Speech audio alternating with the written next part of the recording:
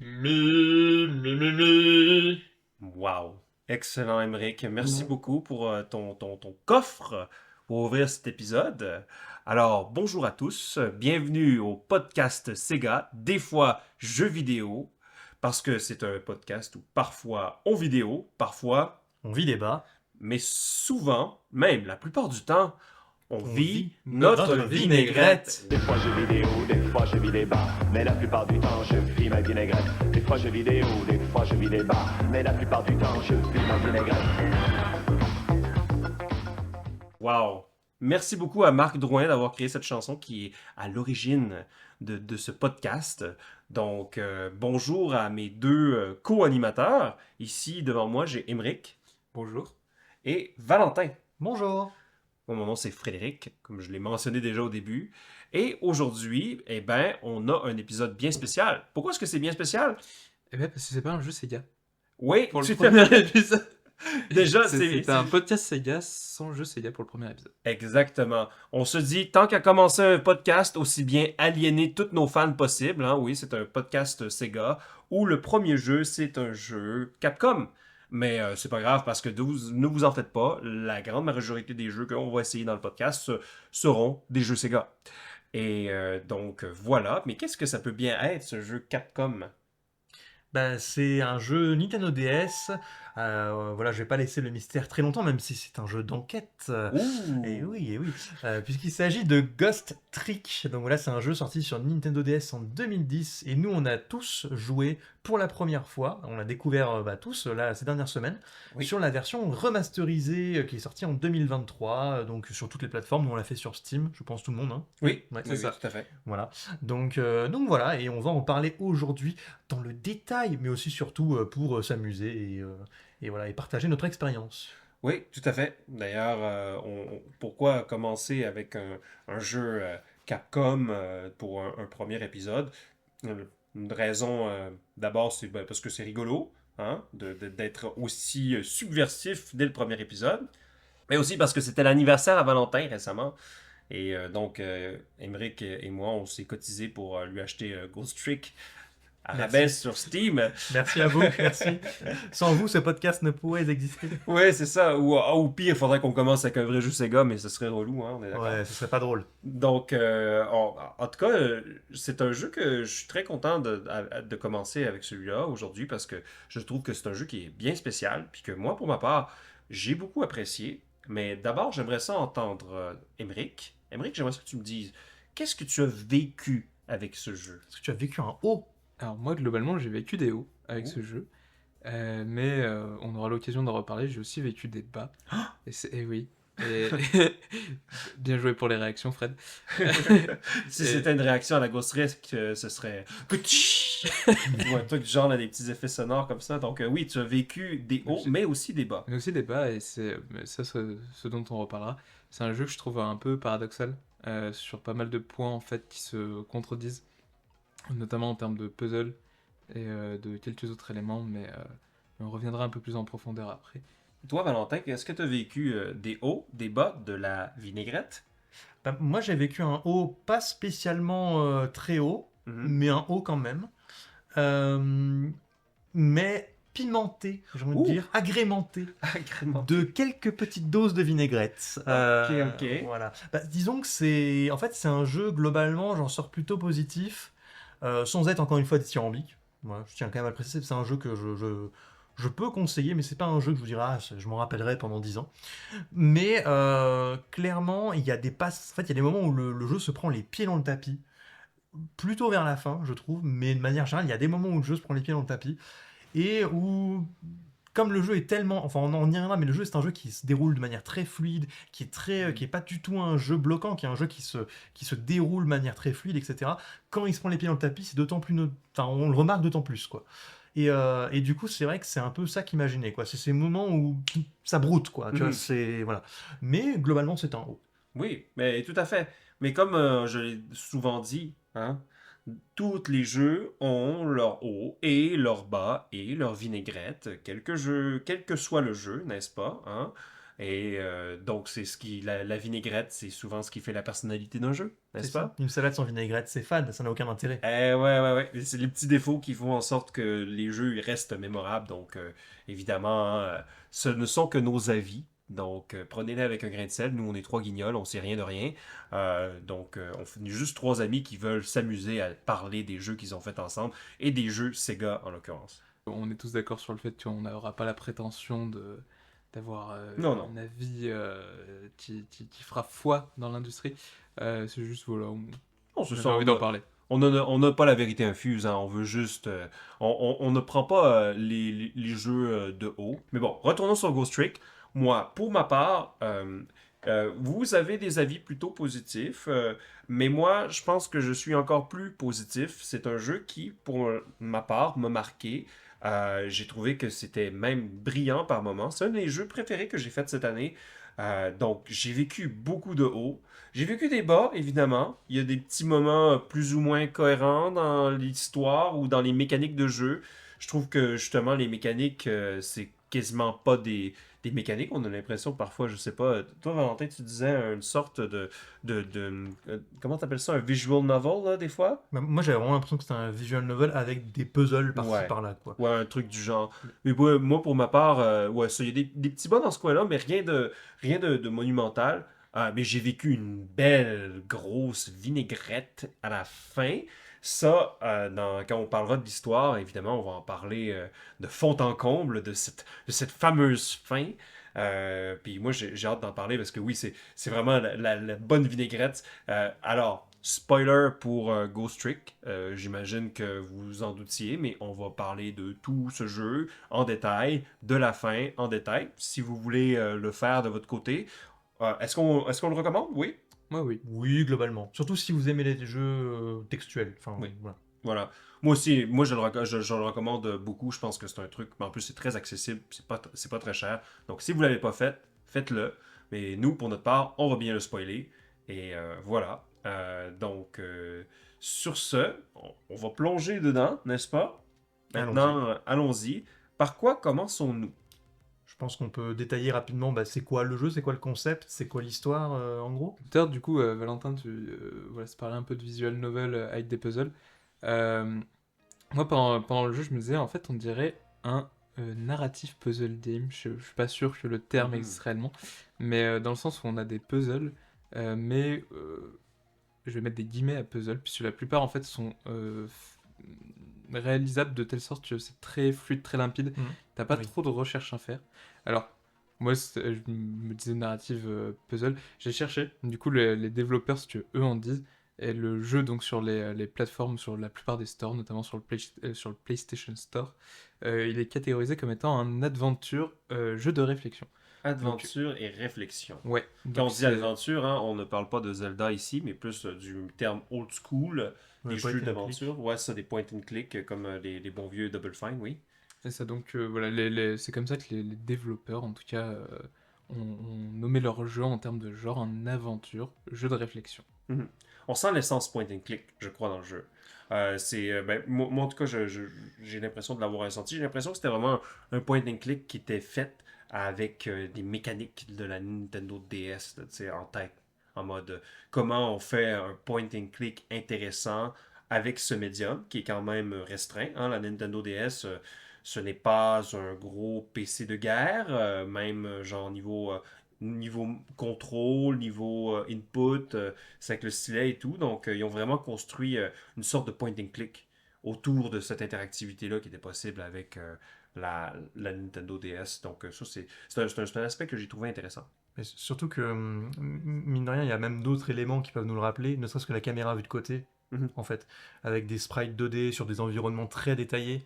Alors, Euh, pas des sprites 2D, enfin Alors, c'est Voilà. des modèles 3D, Des modèles mais 3D. on les voit très souvent en fait de côté, quoi. Un peu Ouais. comme si on était vraiment sur un rendu 2D. Alors, en effet, c'est vraiment des modèles 3D qui peuvent faire des rotations dans tous les sens, etc. On le voit beaucoup avec l'inspecteur en blanc, la Cabanela, qui peut faire Ouais. qui fait des rotations sur lui-même Trop tout le temps, là. Stylé, le mec. On Mais y reviendra plus tout à l'heure aux personnages, là, mais des personnages hauts en couleur. ouais, mais oui, ça fait, en tout cas, ça rappelle un peu cette essence-là des jeux, voilà, de point and click avec du défilement horizontal, même s'il n'y a pas forcément de travail sur la profondeur dans Ghost Trick, en tout cas, on a vraiment cette caméra un peu vue de côté, avec des personnages qui ont une taille assez importante sur l'écran. Ouais, non, c'est très réminiscent. Puis de toute façon, même on va y revenir, mais c'est aussi très réminiscent de Ace Attorney Phoenix Wright, parce que c'est la même équipe, c'est le même directeur, le même scénariste, Shutakumi, Mhm. hein, qui est le scénariste et directeur du jeu, enfin réalisateur du jeu, qui est aussi la même personne qui a réalisé et scénarisé les Ace Attorney. Donc ça se ressent aussi beaucoup dans le style d'à peu près tout, des mécaniques, des dialogues, de l'esthétique, et qui a aussi été un peu des point and click avec des éléments de puzzle en fait, en quelque sorte. Hein. C'était souvent catégorisé comme ça, quoi. Oui, mais du coup, pour résumer, on a affaire vraiment à un point and click. C'est quoi le terme exact que tu disais tout à l'heure? Pour le game genre, Ouais, c'est un adventure jeu de réflexion. adventure et jeu de réflexion. Donc voilà. Et ce qui est intéressant avec ce jeu-là par rapport à d'autres jeux d'adventure, c'est comment on interagit dans ce jeu. Hein? C'est ça un peu tout le concept de base, le Ghost Trick. Qu'est-ce que c'est? Comment est-ce qu'on interagit dans ce jeu en fait? En termes d'interaction, en fait, on joue du coup une âme qui en fait ne peut se déplacer que d'objet en objet. Donc l'âme a une portée en fait qui fait qu'elle peut se déplacer que sur des objets qui sont proches par rapport à celui sur lequel elle est initialement. Et tout le jeu va fonctionner avec un système de tours où en gros dès qu'on est en position de certains objets, dès qu'on est à l'intérieur d'eux, on va pouvoir en fait utiliser une action. En fait, on a deux modes. On est dans le monde des morts, le monde des fantômes, qui est celui qui permet de se déplacer. Et quand on veut utiliser un objet, on doit repasser dans le monde des vivants, ce qui va du coup utiliser un tour. Notamment, par exemple, on peut prendre possession d'un parapluie. Oui. Quand on repasse dans le monde des vivants, on appuie sur A et ça va permettre de le refermer. Du coup, on possède des objets. C'est ça, en fait, le principe. Ben, tu es un fantôme.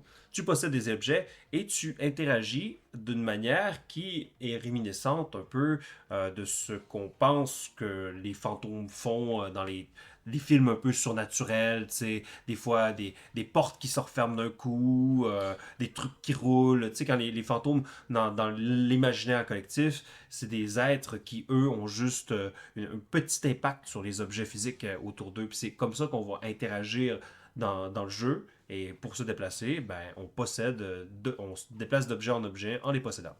Peut-être petit truc qu'il faut que je précise pour les gens qui n'ont pas forcément fait le jeu, parce que pour nous ça paraît évident vu qu'on l'a fait, mais quand on est en possession d'un objet, on le contrôle pas directement.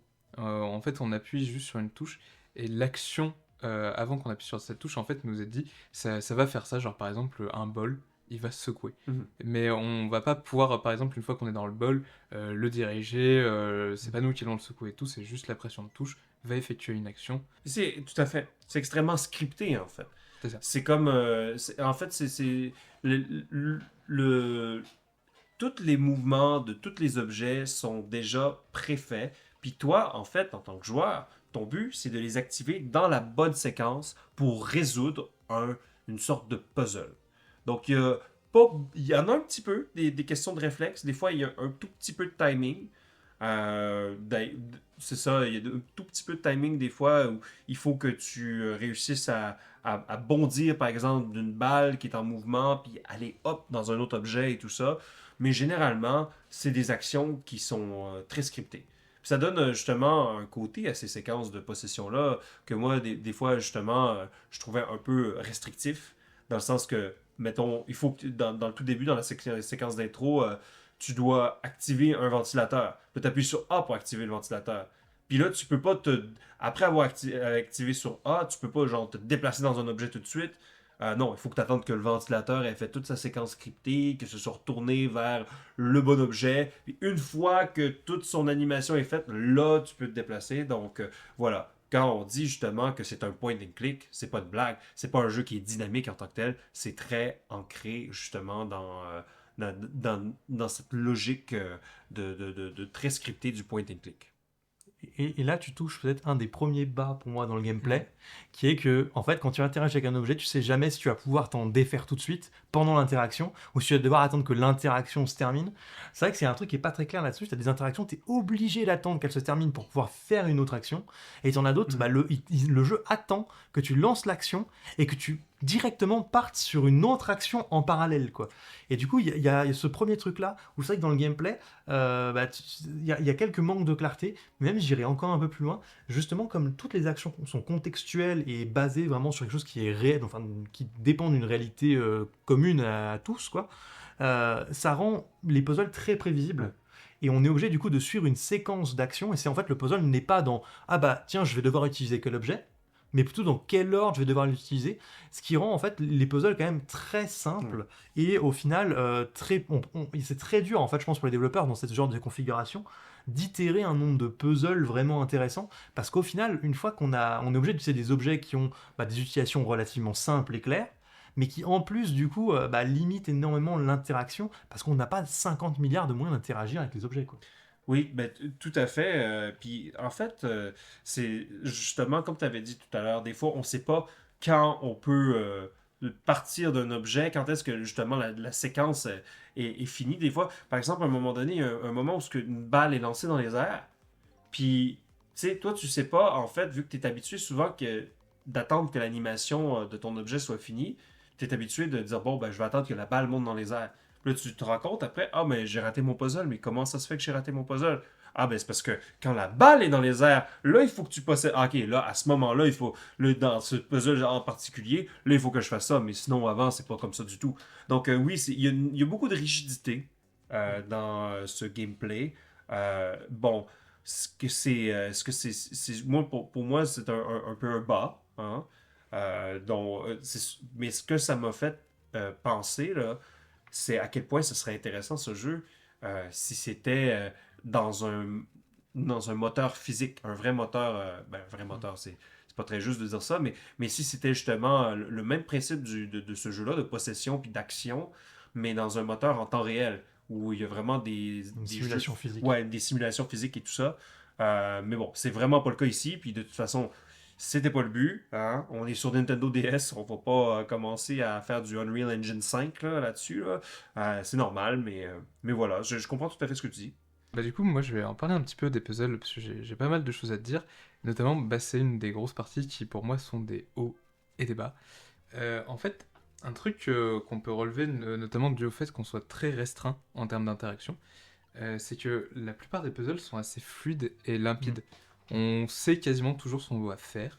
Les cinématiques, d'ailleurs, au début de certains niveaux, nous montrent même, avant qu'on ait la possibilité d'être en possession des objets, elles nous montrent les interactions qu'il va y avoir. Ouais. À des moments, il y a vraiment des personnages qui nous disent carrément l'objectif. Enfin, je pense notamment au chapitre 2, avec la maison de Lynn et Camilla, où il y a une dame qui tape contre le mur et elle dit si ce chien il continue à aboyer, je vais le faire tomber ce mur.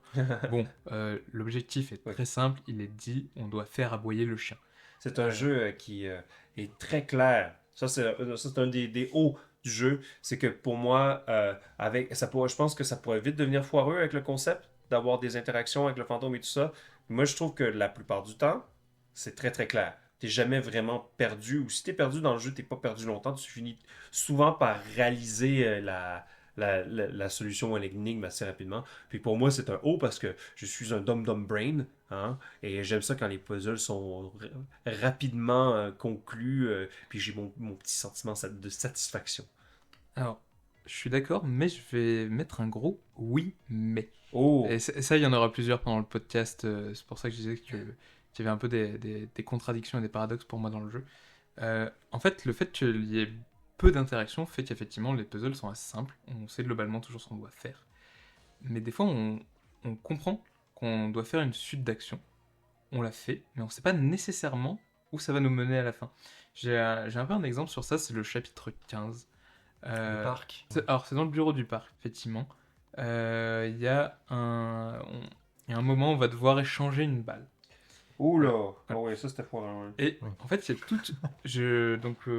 Moi, je vais vous relater mon expérience, vous allez me dire si c'est pareil ou pas. Je vois qu'il y a des actions qui sont possibles. Je ne sais pas du tout où ça va mener. je les effectue, je fais l'enchaînement d'actions parce que je vois que visiblement c'est ça que les développeurs attendent de moi, mais j'ai pas la moindre idée de ce à quoi ça va me servir à la fin du puzzle. Et les tours, donc voilà, comme dans le jeu, en fait, on va devoir éviter notamment des morts. En fait, le nombre de tours qu'on effectue, en fait, on est limité dans le temps au niveau des puzzles. Et quand on arrive sur les derniers instants du puzzle, on a des tours, c'est nommé tour 3, 2, 1. Et si on arrive à 0, on a perdu, on recommence tout depuis le début. Et j'effectue cet enchaînement d'actions. Et d'un coup, je n'ai plus rien à faire, je ne sais pas si je peux continuer à faire comme action. Et la tour 3, ok, je sais toujours pas quoi faire. Tour 2, oui, j'ai vraiment pas la moindre idée, j'ai l'impression d'avoir fait toutes les actions. Tour 1, et là, le jeu freeze. Le jeu freeze. Le puzzle va... moi, je pense que je vais perdre. J'ai dû louper un truc. Et là, le jeu freeze. Il y a un dialogue. Et un personnage qui nous dit oh là là, je viens d'arrêter cette balle. Échange-la avec un objet qui y ressemble. Et je fais le bonnet, là, du coup, que je viens d'amener. Oui, c'est ça. Mais je pouvais pas prévoir à l'avance que ça allait être la balle, que j'allais devoir l'échanger avec le bonnet parce qu'ils ont la même forme. Mais du coup, j'avais résolu le puzzle, mais je m'en sentais pas du tout gratifié, je ne savais pas du tout où tout ça allait me mener. Et ça, pour moi, c'est un des gros problèmes du jeu, c'est que des fois, tu fais des actions parce qu'elles sont possibles, et encore une fois, comme on disait, le jeu étant très limpide, tu sais ce que tu dois faire, mais tu sais pas forcément pourquoi tu le fais. Et ça, pour moi, c'est à des moments un gros bas. Je dirais même juste qu'ils vont même carrément à te signifier le peu d'objets inutiles. C'est-à-dire qu'il y a des objets qui sont inutiles dans certains puzzles. Je pense dans le deuxième niveau justement de l'appartement, tu as un tableau qui est tout à l'extrémité de la pièce. Et en fait, quand tu l'utilises, le tableau se secoue un peu puis il se remet en place. Et tous les objets inutiles, c'est-à-dire que les objets qui sont présents, avec lesquels tu peux interagir dans le jeu, mais qui n'ont aucune utilité dans le puzzle, ils ont tous la même interaction, c'est se secouer. Et en fait, du coup, tu repères très vite quels sont les objets inutiles. Et donc, c'est pour ça que les puzzles se limitent uniquement à une séquence, en fait, une suite de séquences de dire dans quel ordre je dois utiliser les objets, et non pas de se dire quel objet je dois utiliser. Parce qu'en fait, tu sais déjà d'avance lesquels tu vas utiliser, parce que ceux que tu ne dois pas utiliser, ils te sont signifiés extrêmement clairement, en fait, par le fait que leur interaction ne sert à rien. Et du coup, c'est très récurrent qu'en fait, les puzzles, même tout le temps, en fait, les puzzles, c'est pas qu'est-ce que je dois faire, mais comment je dois le faire.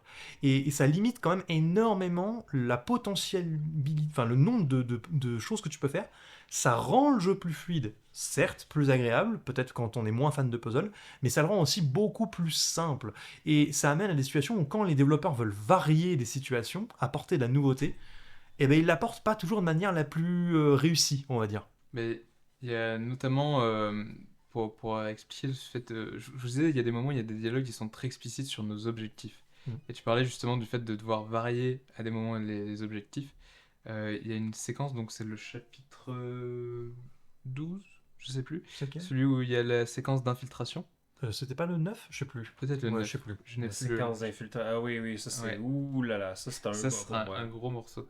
Mais justement, il y a un moment, un PNJ qui nous dit si tu vas jusqu'à la cuillère qui est dans la pièce d'à côté, tu appuies sur cette touche et je viendrai jusqu'à toi parce que je sens ta présence. Et du coup, en gros, on doit appeler le PNJ pour pouvoir le diriger en le faisant passer au bon timing entre des ennemis. C'est une séquence stealth, une séquence furtive par proxy parce que toi, t'es un fantôme, donc forcément, on ne te voit pas. Cependant, tu dois amener ce pélo du point A au point B pendant que des gardes qui le surveillent. C'est un drôle de truc qu'ils ont essayé. Moi, j'ai trouvé cette séquence un peu relou, mais bon, c'est ce que c'est, et du coup... Et du coup, il y a un moment où ce PNJ, au tout début, nous dit « Va vers cette cuillère, si tu m'appelles, j'arrive. » Si vous faites ça, vous perdez. Oui, ça c'est vrai. Ça c'est vrai dans cette séquence-là. C'est comme, dis-moi d'aller vers cette cuillère, puis je vais m'y rendre. Puis t'as pas de raison de pas lui faire confiance au mec. Surtout que le jeu est très dirigiste en général. Donc tu dis, bon, c'est la bonne chose à faire. Puis là, tu l'appelles sur la cuillère, puis là, il se fait déglinguer. Puis t'es comme, ben oui, mais tu me dis exactement de faire ça. C'est quoi le délire là? C'est ça. Et notamment, un des éléments qui pour moi manque vraiment de clarté, c'est en fait, pour se déplacer, on est obligé d'aller d'un objet à l'autre. En revanche, on peut diriger la caméra de manière totalement indépendante pour voir de l'intégralité du niveau et anticiper un petit peu les objets avec lesquels on va pouvoir interagir et tout. si on déplace la caméra vers justement cette fameuse cuillère, on voit qu'à côté il y a un garde qui est tourné dans la direction du PNJ qu'on doit amener là. Donc moi pendant un long moment je me dis mais si je l'emmène ici en fait, le garde il le voit puisqu'il est, il est pile en face de lui quoi. Et donc j'essaye de le distraire, notamment parce qu'il y a un objet à côté qui est une cloche, je crois, un truc comme ça. Donc j'interagis avec la cloche en me disant ça va le retourner, et comme ça ensuite je vais appeler le PNJ qu'on doit escorter. Et ben en fait ça ne marche pas, Oui, oui. parce que en fait les scripts de ce PNJ ne se lancent que si on a fait le déplacement du PNJ qu'on doit escorter. Oui, oui. Et l'ennemi, en fait, ne sera pas actif, il n'aura aucun script, rien qui se déclenchera, tant qu'on n'aura pas déplacé. Donc le PNJ qu'on escorte s'appelle Jaude, comme ça sera plus simple. Et tant que Jaude n'a pas été déplacé, l'ennemi n'a pas de script. Donc, en fait, on se retrouve à devoir emmener notre personnage avec un garde qui va le regarder réellement sur le plan, mais ça ne sera pas comptabilisé parce que le jeu n'est pas très clair pour le coup. J'ai une autre séquence dans le même passage, le même niveau, la séquence où le personnage, qui est un personnage qui est assez fort et assez rond, en fait, il nous est présenté vraiment comme un bon vivant qui est vraiment, qui est plutôt rond, passe en fait dans un tout petit conduit, et on le voit, mais genre recroquevillé sur lui-même, il est dans ce tout petit conduit, et là je me dis, et en fait, il y a une plateforme littéralement au-dessus, donc pour moi, le but c'était vraiment de se dire, je dois passer par cette plateforme au moment où le garde n'est pas là pour continuer mon chemin. Et en fait, j'ai découvert purement et simplement par hasard que je pouvais dire au personnage va de ce côté-là et qu'en fait, il roulait dans le conduit, quoi. Mais en fait, du coup, pendant bien 10 minutes, peut-être un peu moins, je sais plus.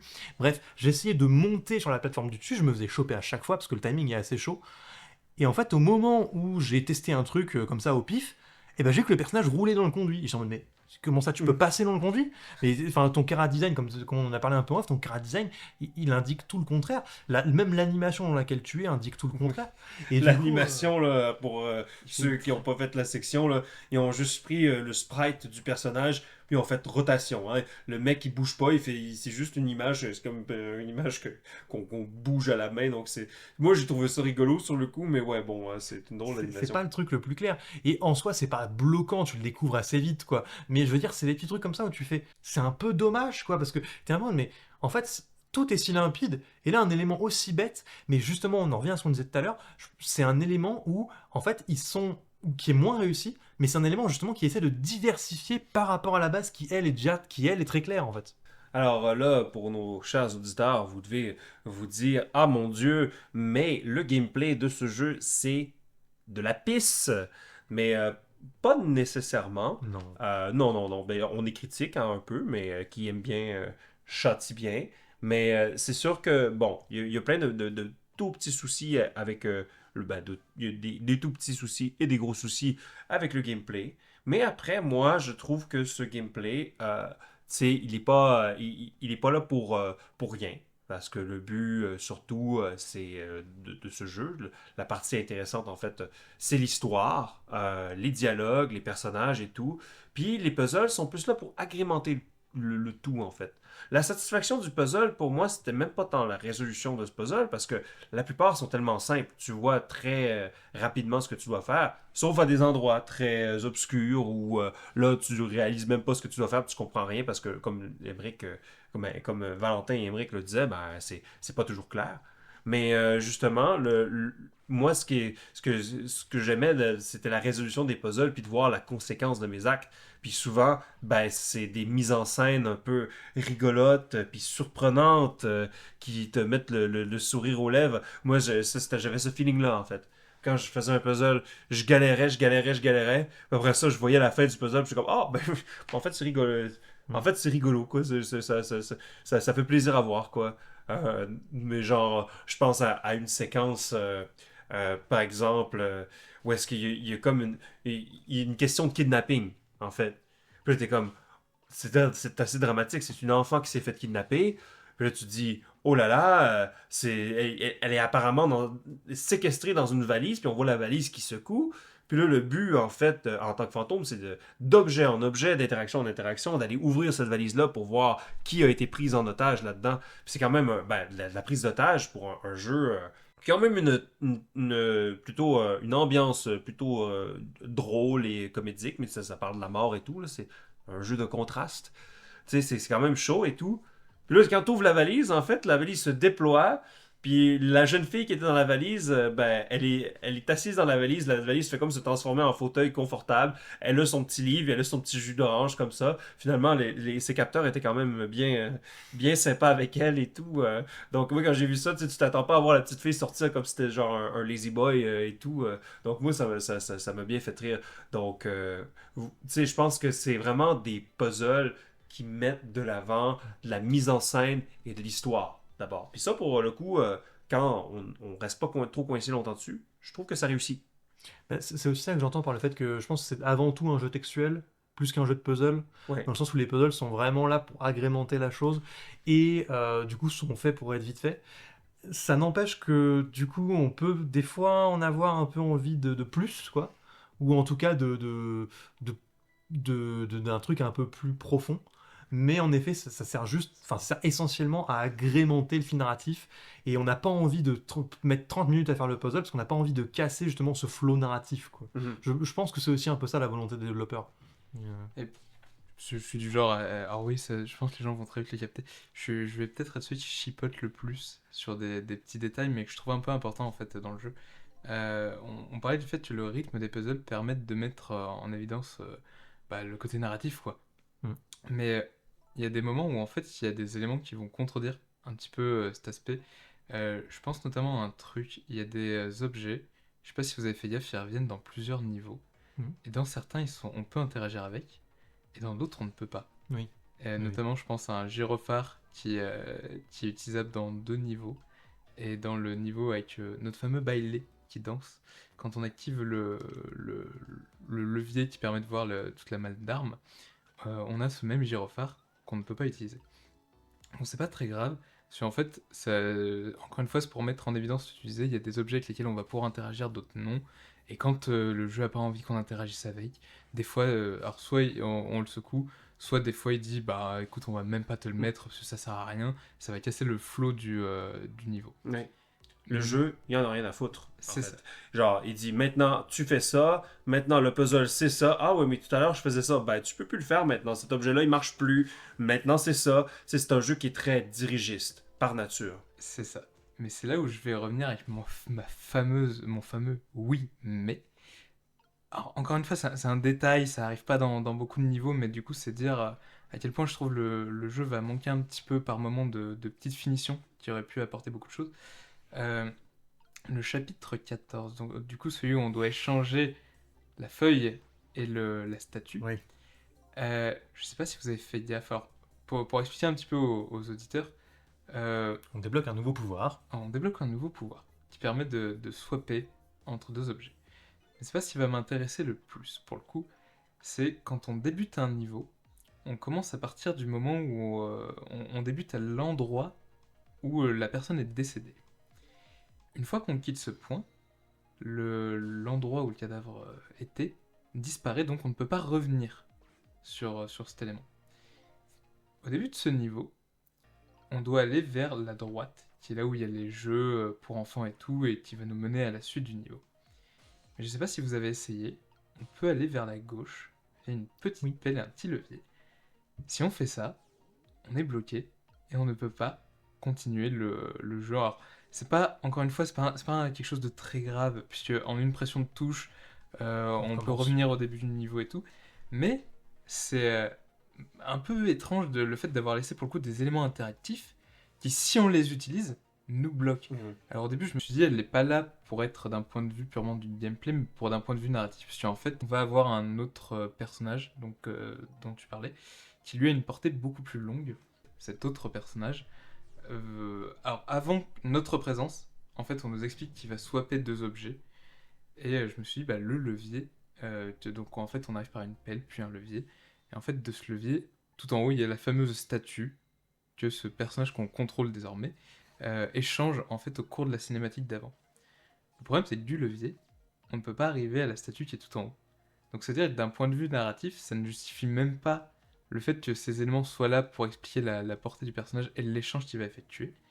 Donc c'est en ça que je trouve qu'il y a une incohérence dans cette volonté de gameplay de à la fois se dire il y a des objets, on va pas faire en sorte qu'on puisse pas interagir avec, et en même temps, du coup, voilà, ce côté plus on fluidifie les puzzles pour que ça aille vite, et en même temps, à des moments, on peut juste être bloqué, et ça n'a ni justification dans le gameplay, ni d'un point de vue narratif, et ça, c'est oui, mais bah, on le retrouve sur pas mal d'aspects dont tu parlais, notamment le chara-design de Jode, qui n'explicite pas forcément ce qu'il peut faire en termes d'action, alors que pourtant la plupart des chara-design sont vraiment très réussis. Je vais juste rajouter un truc justement, parce que le nouveau pouvoir qu'on débloque du coup à ce chapitre, moi il y a un truc aussi, c'est que je trouve que c'est un peu un semi-aveu d'échec. Parce que mine de rien, c'est un peu. On avait une mécanique principale et on n'a pas pu l'étirer jusqu'à la fin, en fait. En fait, le problème de se limiter à une action contextuelle, c'est que tu te limites à l'utilité des objets. Soit tu fais un truc extrêmement complexe avec plein de possibilités, soit tu fais un truc très streamliné, très simple, avec peu de possibilités. Ils ont choisi la deuxième option, mais ça fait que du coup les puzzles peuvent difficilement être renouvelés sans complexifier l'interaction avec les objets. Et du coup, cette deuxième capacité, elle est un peu là en disant, au bout d'un moment, il faut bien qu'on crée des nouveaux puzzles. Donc bon, allez, soit rajoutons une nouvelle capacité. Même vers la toute fin, il y a un troisième pouvoir qui nous est pas vraiment ajouté, mais plus ou moins dans le tout dernier puzzle. En mode, allez, là, on vous remet encore une nouvelle possibilité. Alors ça ajoute de la diversité, ça permet un peu de complexifier les puzzles, mais aussi ça montre bien, malheureusement, un peu ce problème que la core mécanique centrale du jeu à l'origine, elle est quand même relativement peu développée, ou en tout cas même carrément, j'ai envie de dire, presque développable, sans en tout cas ruiner ce flow des puzzles, quoi. Et c'est un peu, c'est pour ça que j'appelle ça un semi-aveu d'échec, parce que c'est pas forcément une mauvaise solution, mais c'est plus une solution qui nous montre bien que malheureusement les puzzles peuvent être assez vite limités. C'est pas un problème en soi, je tiens à préciser, je trouve ça très cool comme pouvoir, et ça apporte quelques situations sympas, mais ouais, c'est un peu dommage peut-être de pas avoir tenté peut-être quelque chose d'un peu plus approfondi sur les compétences principales du personnage. Voilà. Et ben, pour toi, du coup, c'est un peu un bas. Si tu me dis si je me plante. C'est un peu un bas, mais pas. Enfin, en fait, c'est pas forcément un bas. Je trouve pas que ce soit un bas. Je trouve que c'est une bonne chose dans le contexte, mais juste ça exemplifie, ça accentue le fait que la mécanique de base n'était pas assez poussée. Mais pour moi, justement, un truc que j'aime beaucoup dans le jeu, ouais. c'est sa structure et la manière de renouveler ses puzzles. Et notamment, on commence un chapitre. Le premier, donc on nous présente les actions de manière très basique et tout. Et en fait, le jeu va à plusieurs moments variés en nous faisant, par exemple, on remonte 4 minutes avant le décès d'une personne. Puis, au cours de ces 4 minutes, on va pouvoir remonter 4 minutes avant le décès d'une autre personne qui a lieu dans ces 4 minutes. Et je trouve qu'il y a pas mal d'idées un peu comme ça dans la manière de renouveler sa structure, dans la manière de renouveler ses puzzles. Notamment, le jeu nous fait jouer entre les chapitres un peu le fait de passer d'un téléphone à l'autre. Et au cours de certains chapitres, en fait, on va découvrir plusieurs numéros de téléphone qui nous serviront que beaucoup plus tard. Il y a des puzzles où on va en fait interagir entre plusieurs lieux, entre plusieurs temporalités. À des moments, on va même avoir des changements de caméra. On va passer d'un côté beaucoup plus grand. Dans le dernier niveau, à un moment, on va être sur un objet dans lequel on va rentrer de manière un peu plus en détail, un peu plus microscopique. Oui. Et j'aime beaucoup la manière dont le jeu a essayé de changer ces trucs. Et pour moi, le moment où on arrive avec ce nouveau pouvoir, c'est plus une manière de dire, écoutez, je crois qu'on est allé au bout de la mécanique de base, mais on a encore d'autres idées. Plutôt que de se dire, on pourrait en faire un autre jeu peut-être, ou je sais pas quoi, on vous la met là. Et du coup, on va pouvoir varier les puzzles, apporter un peu plus de choses. Et en plus, ça crée vraiment, je trouve, une nouvelle tension au niveau de la narration qu'on a sur ces 4 derniers chapitres à partir du moment où on a ce pouvoir. Moi, là, ce que je trouve aussi, c'est que, alors, je suis d'accord sur certains points. Je trouve qu'ils arrivent à renouveler, mais je pense pas que ce soit les mécaniques. Je trouve que c'est plus la présentation des mécaniques. Tu vois, dans le sens où on a en effet différentes échelles, on a, à un moment donné, tu vas remonter le temps, parce qu'en effet, on remonte le temps 4 minutes avant la mort des personnages pour les empêcher, quoi. Donc on a ce truc de, on remonte le temps, on a ce truc de, il y a une séquence d'infiltration où on doit faire bouger un PNJ, etc., etc. Ça c'est peut-être plus du gameplay que de la présentation d'ailleurs, ce passage-là. Mais en fait, tu vois, par exemple, tout le passage où on remonte le temps, tout le passage où on a une autre échelle, c'est plus une façon de présenter le puzzle qu'une façon de modifier la façon dont on a joué le puzzle. C'est plus ça, moi, qui me dérange, c'est qu'en effet, on a relativement peu. Alors, il y a quelques trucs qui arrivent au fur et à mesure, mais on a relativement peu de vraies innovations de comment on va interagir avec les objets au fur et à mesure du développement. Il y en a, je pense notamment, parce qu'il y a plusieurs puzzles où, en fait, on doit rentrer dans un objet qui va être en mouvement. Et du coup, il va falloir peut-être rentrer dans cet objet et pendant qu'il est en mouvement, se téléporter sur un autre. Donc il y a quelques passages comme ça, mais c'est vrai que, hormis ces passages-là, je trouve que le jeu a beaucoup de mal à renouveler, on va dire, la manière qu'on a d'interagir avec ces puzzles. C'est pas forcément une mauvaise chose, parce que justement, il y a cette volonté de garder les puzzles simples, et aussi parce que la présentation de ces puzzles est toujours, elle, très bien renouvelée. Tu l'as dit, à un moment donné, vers la fin du jeu, on est en fait à l'intérieur d'une torpille, quoi. Et du coup, il faut la désamorcer, donc on est en fait vu à l'intérieur de la torpille. Ça, c'était très cool, par exemple. Il y a même un passage aussi où on est, comment dire, tout un passage où on est dans une voiture, en mouvement. Enfin bref, il y a pas mal de trucs assez différents. Il y a tout un passage aussi à la fin dans un sous-marin qui se retourne sur lui-même, et du coup, ça change la caméra, etc. Mais malgré tout, ça change relativement peu la façon d'interagir, je trouve, avec le puzzle. Si justement les interactions, tu viens de très bien l'illustrer, si les interactions en tant que telles sont pas forcément diversifiées, par contre, le reste des situations, des événements que l'on voit, ça, d'un bout à l'autre de l'histoire, ça reste énormément diversifié. Puis ça, je pense que c'est une des forces du jeu, que C'est ça, ouais. début jusqu'à la fin, t'as pas vraiment ce sentiment de répétition. Ils trouvent toujours des moyens de te surprendre dans les mises en scène des puzzles, dans justement certaines des interactions. Oui, je veux dire, quand je dis des interactions, peut-être, je sais pas si... non, pas tant les interactions, mais plus justement, comme je disais, les situations. Donc oui, c'est ça, c'est quand même un jeu qui est assez diversifié. Puis ça, c'est une marque de qualité de beaucoup de bons jeux, ça, de rester diversifié du début jusqu'à la fin. Donc ça, il l'a réussi par ses mises en situation surtout. Et plus tard, on parle pas mal du coup des mises en situation, des puzzles, de la manière dont ça apporte de la variété. Mais tout ça, c'est un peu grâce à quelque chose qui est l'écriture, et notamment l'histoire. Donc est-ce que Fred, tu veux nous en parler maintenant? Tout à fait. Je vais vous parler de l'histoire parce que, comme on le disait au début, c'est un jeu d'aventure, un point and click, hein? Et souvent, le cœur de ces jeux-là, c'est plus l'histoire encore que le gameplay. Et là, pour le coup, l'histoire, ça se passe dans un pays fictif, à une époque fictive, où on utilise encore beaucoup les téléphones avec des téléphones avec des roulettes et tout, là. Bref, il y a un peu ce côté old school, mais pas. C'est très intemporel, c'est très...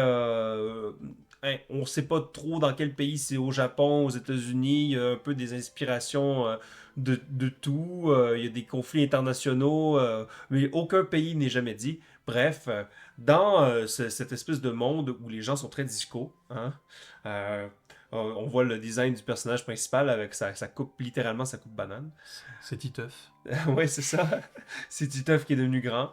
Donc, on est dans cet univers-là. Et Ghost Trick, l'histoire, c'est un personnage qui découvre qu'il est mort, en effet. Donc, ce personnage s'appelle Cicel. Et comment il découvre qu'il est mort? C'est qu'il se réveille, en fait, et il se rend compte qu'il est une âme. Et il a cette expérience out of body, à l'extérieur de son corps, et il voit le cadavre d'un homme. Et il se dit, ben forcément, cet homme-là, c'est moi, mais je n'ai plus aucune mémoire. Donc, il voit aussi un autre personnage comment s'appelle cette jeune fille? Lynn. Lynn. Donc, Lynn est présente lors de son meurtre. Et Lynn est, dès que le jeu commence, Lynn est en danger. Et là, nous, on doit apprendre au fur et à mesure à utiliser nos ghost tricks pour pouvoir créer des situations, toucher à des éléments du décor, à les faire bouger pour la sauver indirectement de mécréants qui veulent l'assassiner. Et là, à partir de cette première mise en situation-là, de cette première introduction au personnage, va se dérouler une histoire rocambolesque, ma foi. On pense au départ que le but, c'est de résoudre son propre meurtre. Pourquoi est-ce qu'on est mort?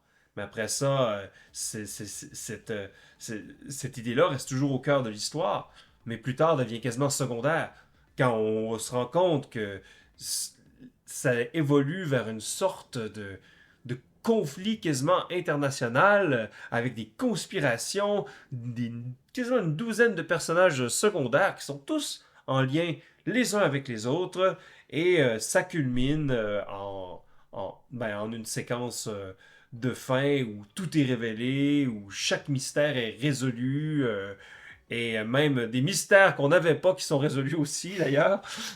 Donc c'est vraiment un jeu comme quoi, Valentin, tu m'avais dit que ça faisait très Phoenix Wright comme histoire. Bah, en fait, même au-delà de l'histoire, tout fait très Phoenix Wright. Déjà, le chara design, les dialogues font très Phoenix Wright avec beaucoup d'absurde sur des personnages qui sont très, qui surréagissent beaucoup, qui sont dans un archétype et qui sont vraiment très très ancrés dans cet archétype, Oui. quitte à vraiment, en fait, complètement être en dehors du réel, quoi. C'est des personnages qui vont des fois avoir des réactions qui n'ont aucun sens dans le réel. Mais justement qui correspondent à leur archétype. Et en fait, notre personnage qui lui est beaucoup plus ancré dans le réel va être en décalage avec ces réactions-là, se dire mais c'est bizarre ce truc. Oui. Et ça fait très Phoenix Wright. Il y a aussi tout l'aspect des surréactions, aussi bien dans l'animation, avec énormément d'emphase sur les animations, les expressions. Et il y a notamment tous ces passages un peu là où vous savez, on a genre tout devient noir et là il y a une lumière sur un personnage qui est mis en avant comme ça en mode, pouf, c'est très grosse flash comme présentation. C'est un jeu qui fait très disco, on va dire. C'est comme tu sais, genre justement, le personnage, il a de l'air, il est habillé en mode très disco. Il y a aussi un de nos personnages préférés, je pense, c'est Détective Cabanella, qui lui est he's a disco boy. Genre, il porte des vêtements disco, il a l'énorme habit disco. Quand il monte les escaliers, il les monte en dansant. Il peut pas s'asseoir sur une chaise normalement, donc il faut qu'il croise la jambe de manière très grandiloquente. Sa manière de parler, c'est toujours très suave et cool et tout ça. C'est vraiment des personnages qui sont hauts en couleur, puis que justement, dans leur design, ils sont drôles, quoi. Tu t'imaginerais pas un détective de police aussi exubérant et disco que ça. Puis c'est pratiquement tous les personnages qui sont comme ça. En fait, une des grosses influences du jeu en termes d'esthétique, bah, notamment t'en parlais Valentin avec ces gros flashs, ces spots lumineux, alors que tout devient sombre autour, c'est le théâtre. En fait, on le voit un peu dans les interviews C'est vrai, j'avais pas vu comme ça, mais oui. En fait, il y a deux influences un peu donc qui sont le théâtre, quoi, notamment dans tout ce qui est un peu partie voilà, sur la gestion des éclairages, le fait d'avoir des surréactions, des trucs très théâtrales et tout. Et en même temps, il y a un côté... alors, c'est pas le cinéma qui est l'inspiration, mais quand on revient sur les 4 minutes qui précèdent les morts, on a des petites pellicules, en fait, sur les bords de l'écran, comme si on avait la vie qui défile devant les yeux de notre personnage. Donc voilà, et dans une des interviews au niveau de la direction artistique, il parlait de ce côté un petit peu théâtral qu'il voulait mettre en avant. Donc... Et même, on a la perspective théâtrale. Nous, on voit toujours les scènes un peu comme on les verrait dans une pièce de théâtre. Hein, du côté, de côté, oui. Tout à fait. Toujours de côté. Puis, oui, mais moi, je trouve ça très sympa comme perspective. Puis, c'est visiblement très inspiré du nouveau jeu de Princess Peach, d'ailleurs. Évidemment. Mais d'ailleurs, ce qui est rigolo, c'est que ça influe sur... évidemment la présentation des animations, des scènes, etc. Mais même en fait sur les architectures des environnements. Je pense beaucoup à la prison notamment, le niveau dans la prison où en fait il y a un prisonnier qui fait passer un mot par le système de canalisation à un autre prisonnier. Et nous, comme on a une vue de côté, en fait on voit à travers les murs, donc en fait on voit entre le sol et le plafond en fait des deux étages, et on voit la canalisation, on voit le mot qui passe dans en fait le tuyau de canalisation pour arriver jusqu'à la cellule du dessous, enfin dans les toilettes du coup de la cellule du dessous. Et donc il y a ce truc assez sympa dans la présentation de la caméra où le jeu joue un peu avec ça, beaucoup dans ce niveau-là, mais même dans d'autres niveaux. Et ça, c'était un truc très cool. Ça fait partie justement de, c'est comme tu disais tout à l'heure, Fred, la diversité de présentation Oui. qui est vraiment très cool, et notamment parce qu'ils utilisent cette caméra de manière vraiment très sympa. Pareil, quand on est dans la voiture en mouvement, et on voit en fait l'intérieur de la voiture. On voit pas derrière la voiture, parce on voit on voit le fond de la voiture, mais on voit pas la devanture de la carrosserie. On voit vraiment l'intérieur de la C'est voiture. comme une coupe transversale, hein? Mm. C'est comme une vision, entre guillemets, rayon X des objets. Puis on se dit, probablement, un fantôme qui peut passer à travers les murs, qui peut passer à travers les objets, c'est le genre de truc qu'il verrait tout à fait. Et c'est ça, en fait, on a vraiment toujours l'impression d'être sur un décor un peu d'une pièce, justement. Mais ce qui est peut-être un élément qu'on n'a pas trop précisé. Alors, les chara design sont hyper chouettes, je pense qu'on va en parler bientôt. Mais le jeu a pour thématique la mort, les choses comme ça.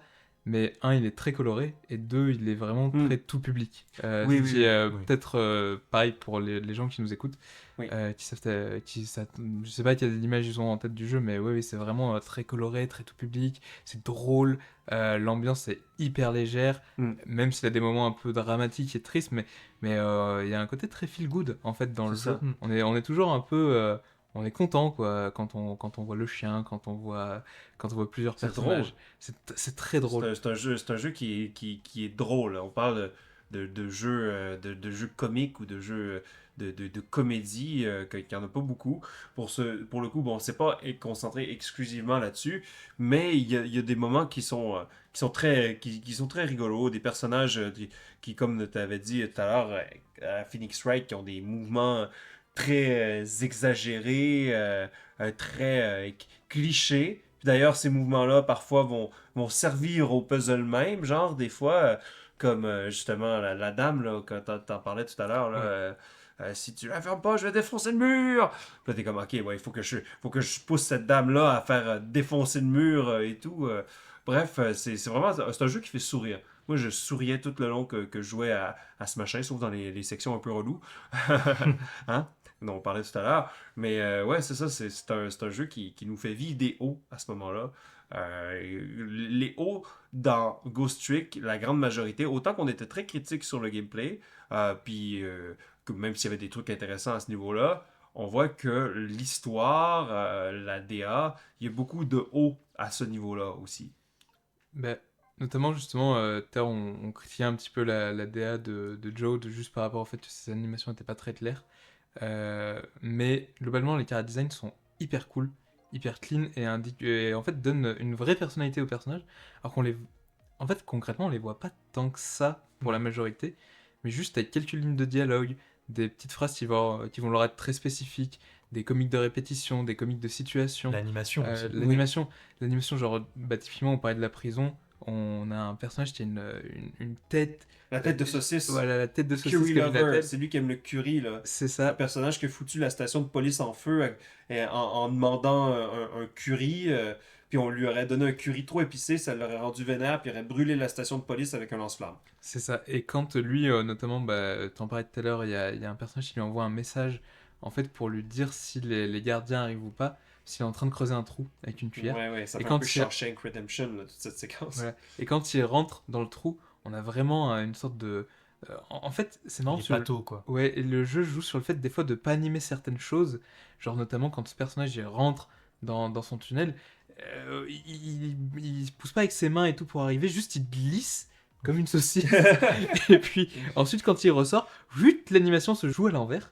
Et du coup, en fait, il ressort Oui. de manière très, très drôle. Et du coup, sa tête est animée vraiment en c'est une mode saucisse très aussi. flasque. Oui, Ouais, c'est une saucisse. Et pareil, Emma, la femme, a des cheveux qui sont vraiment une rose. Qui se La déplie, fleur, qui se voilà, qui est déploie. fermée. Et quand elle est énervée, elle se déploie. Et il y a vraiment beaucoup de petites idées comme ça, missiles, qui a 4 queues, qui en fait permettent de donner une animation très dynamique et de faire genre, il est tout le temps en train de bouger sa queue et tout. Donc ouais, il y a plein de trucs assez chouettes sur ça. Bailer sa fameuse danse qu'on aura tous. Ah oui, revu. la danse de la panique. C'est ça. Ah oui, ça c'est génial, ça, cette danse de la panique.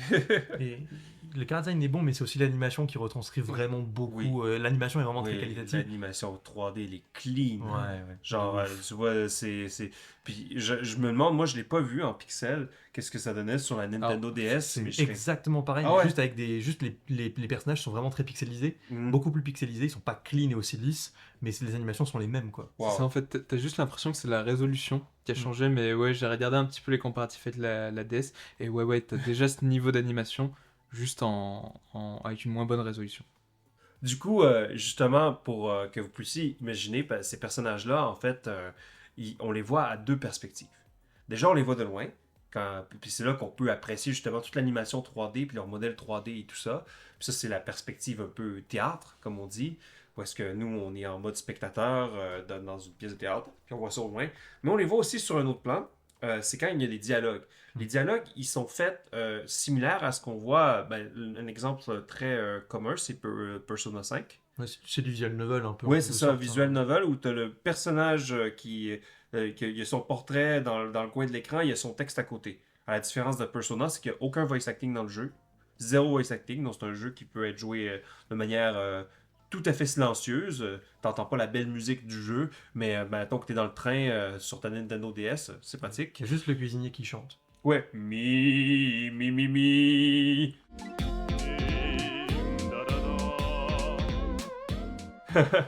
Donc ça, c'est un autre moment mémorable. Mais du coup, moi, j'adore en général ce genre de, de manière de présenter le dialogue.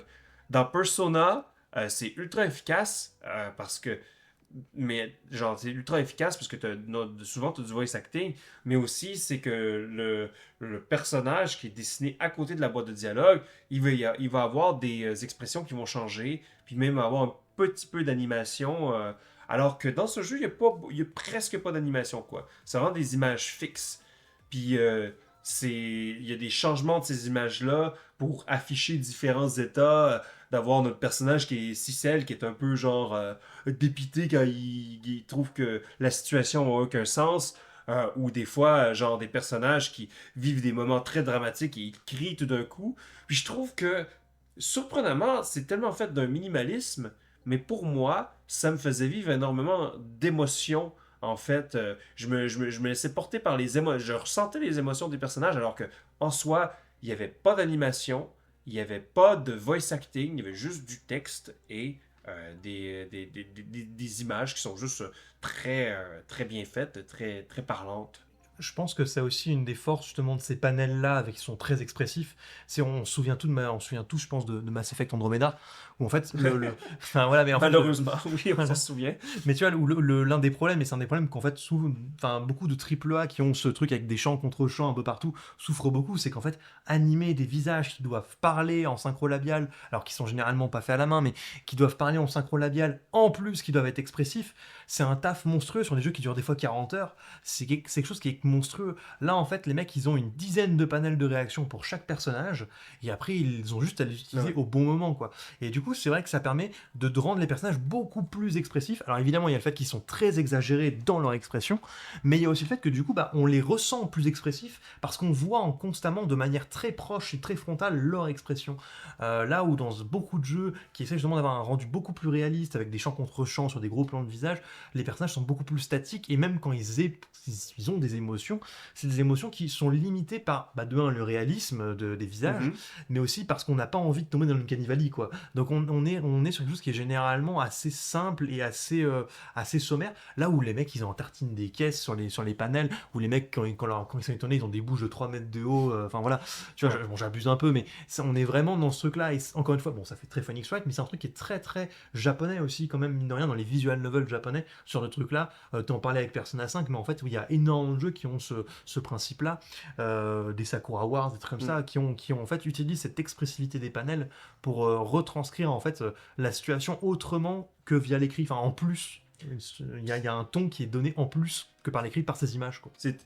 Au fond, c'est une manière qui est très efficace de raconter des histoires.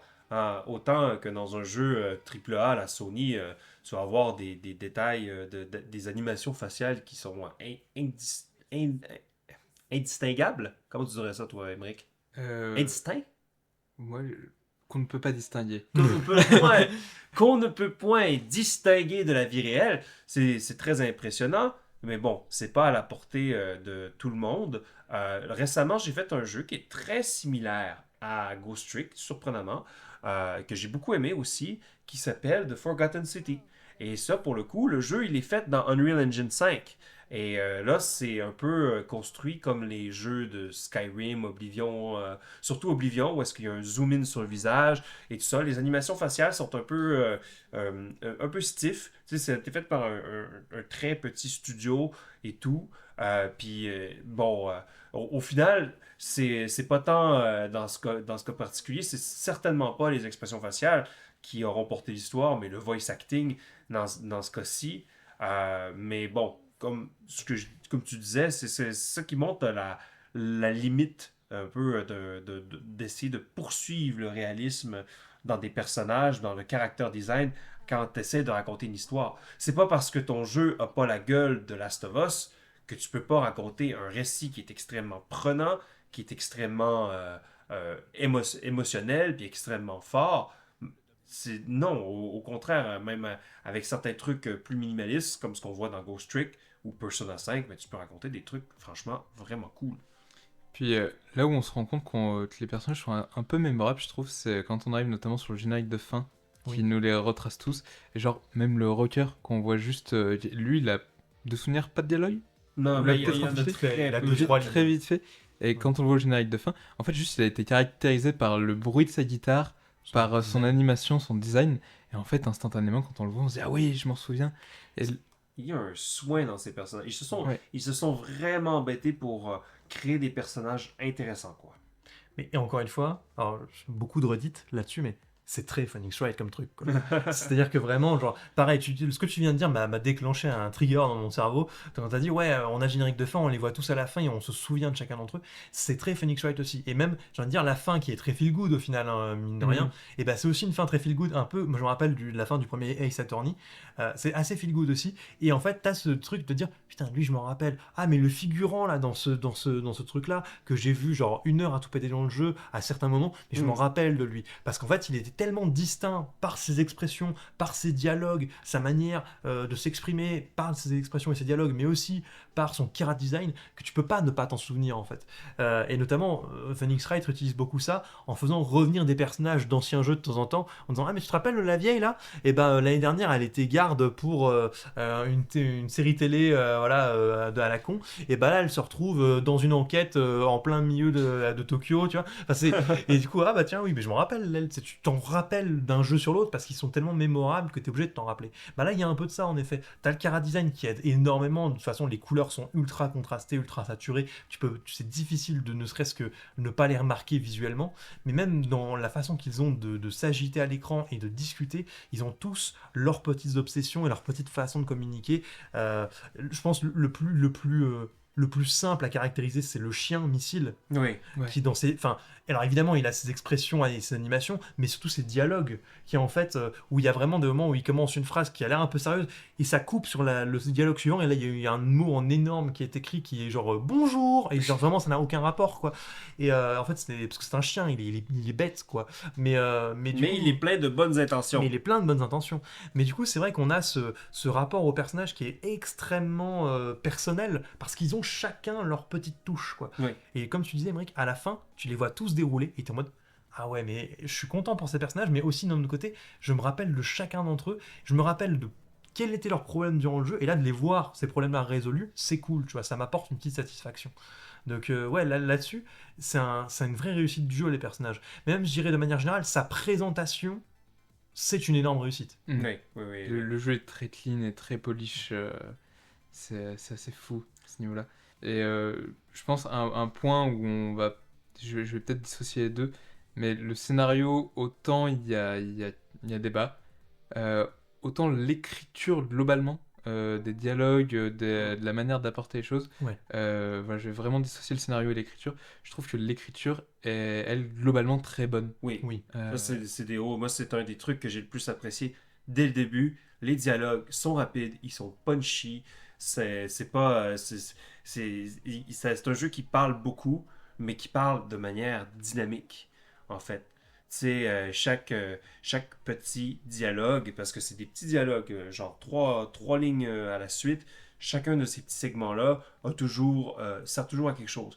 Ne serait-ce qu'à t'expliquer une mécanique, ne serait-ce qu'à avancer l'histoire, te donner des indices ou faire une blague. Tu sais, il y a quelque chose de très rythmé, rapide, punchy, qui est ça rend le tout très agréable à suivre. Puis c'est ça, c'est drôle en fait.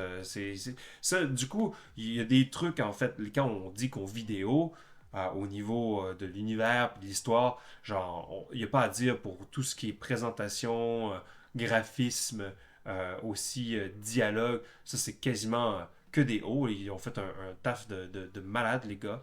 Euh, Cependant, hein, alors je trouve que on- autant que tout à l'heure avec le gameplay, on était un petit peu dans le négatif, là, on est un peu trop dans le positif, là. Ah, wow, wow, wow. Là, c'est le temps de mettre un peu de vinaigrette sur notre salade. Est-ce que je finirais pas juste sur un tout petit point négatif avant la vinaigrette? Vas-y, donne C'était- un point je négatif. fais- On a besoin de négativité, là. Vas-y. Non, positif, positif. Positif, ok, Ouais, vas-y. juste avant le négatif. C'est juste, on parlait du fait que les dialogues soient très drôles et tout. Je trouve aussi peuvent être à des moments très touchants. Oui. Et un autre point, avant qu'on passe vraiment sur je sais ce dont tu as envie de parler de négatif, c'est la musique qui joue pour Ouais, beaucoup, je let's trouve. go. Parce que, en fait, le jeu, comme on disait, il n'y a pas tant enfin, il n'y a pas une mise en scène très réaliste et tout.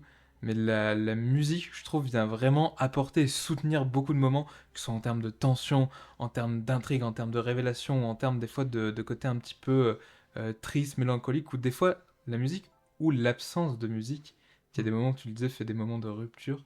Et voilà, c'est pour ça que je voulais ne pas J'aimerais ça parler. parler d'un truc, mais justement, euh, qui rebondit sur ce que tu as dit, puis sur quelque chose que Valentin me dit. On discutait de films avec Valentin à un moment donné, puis il me dit des films qui ont un seul ton, en fait.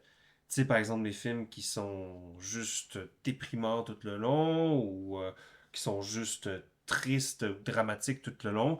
Moi, ça m'intéresse pas. Il faut qu'il y ait il faut qu'il y ait du contraste, en fait. Il faut qu'il y ait des variations.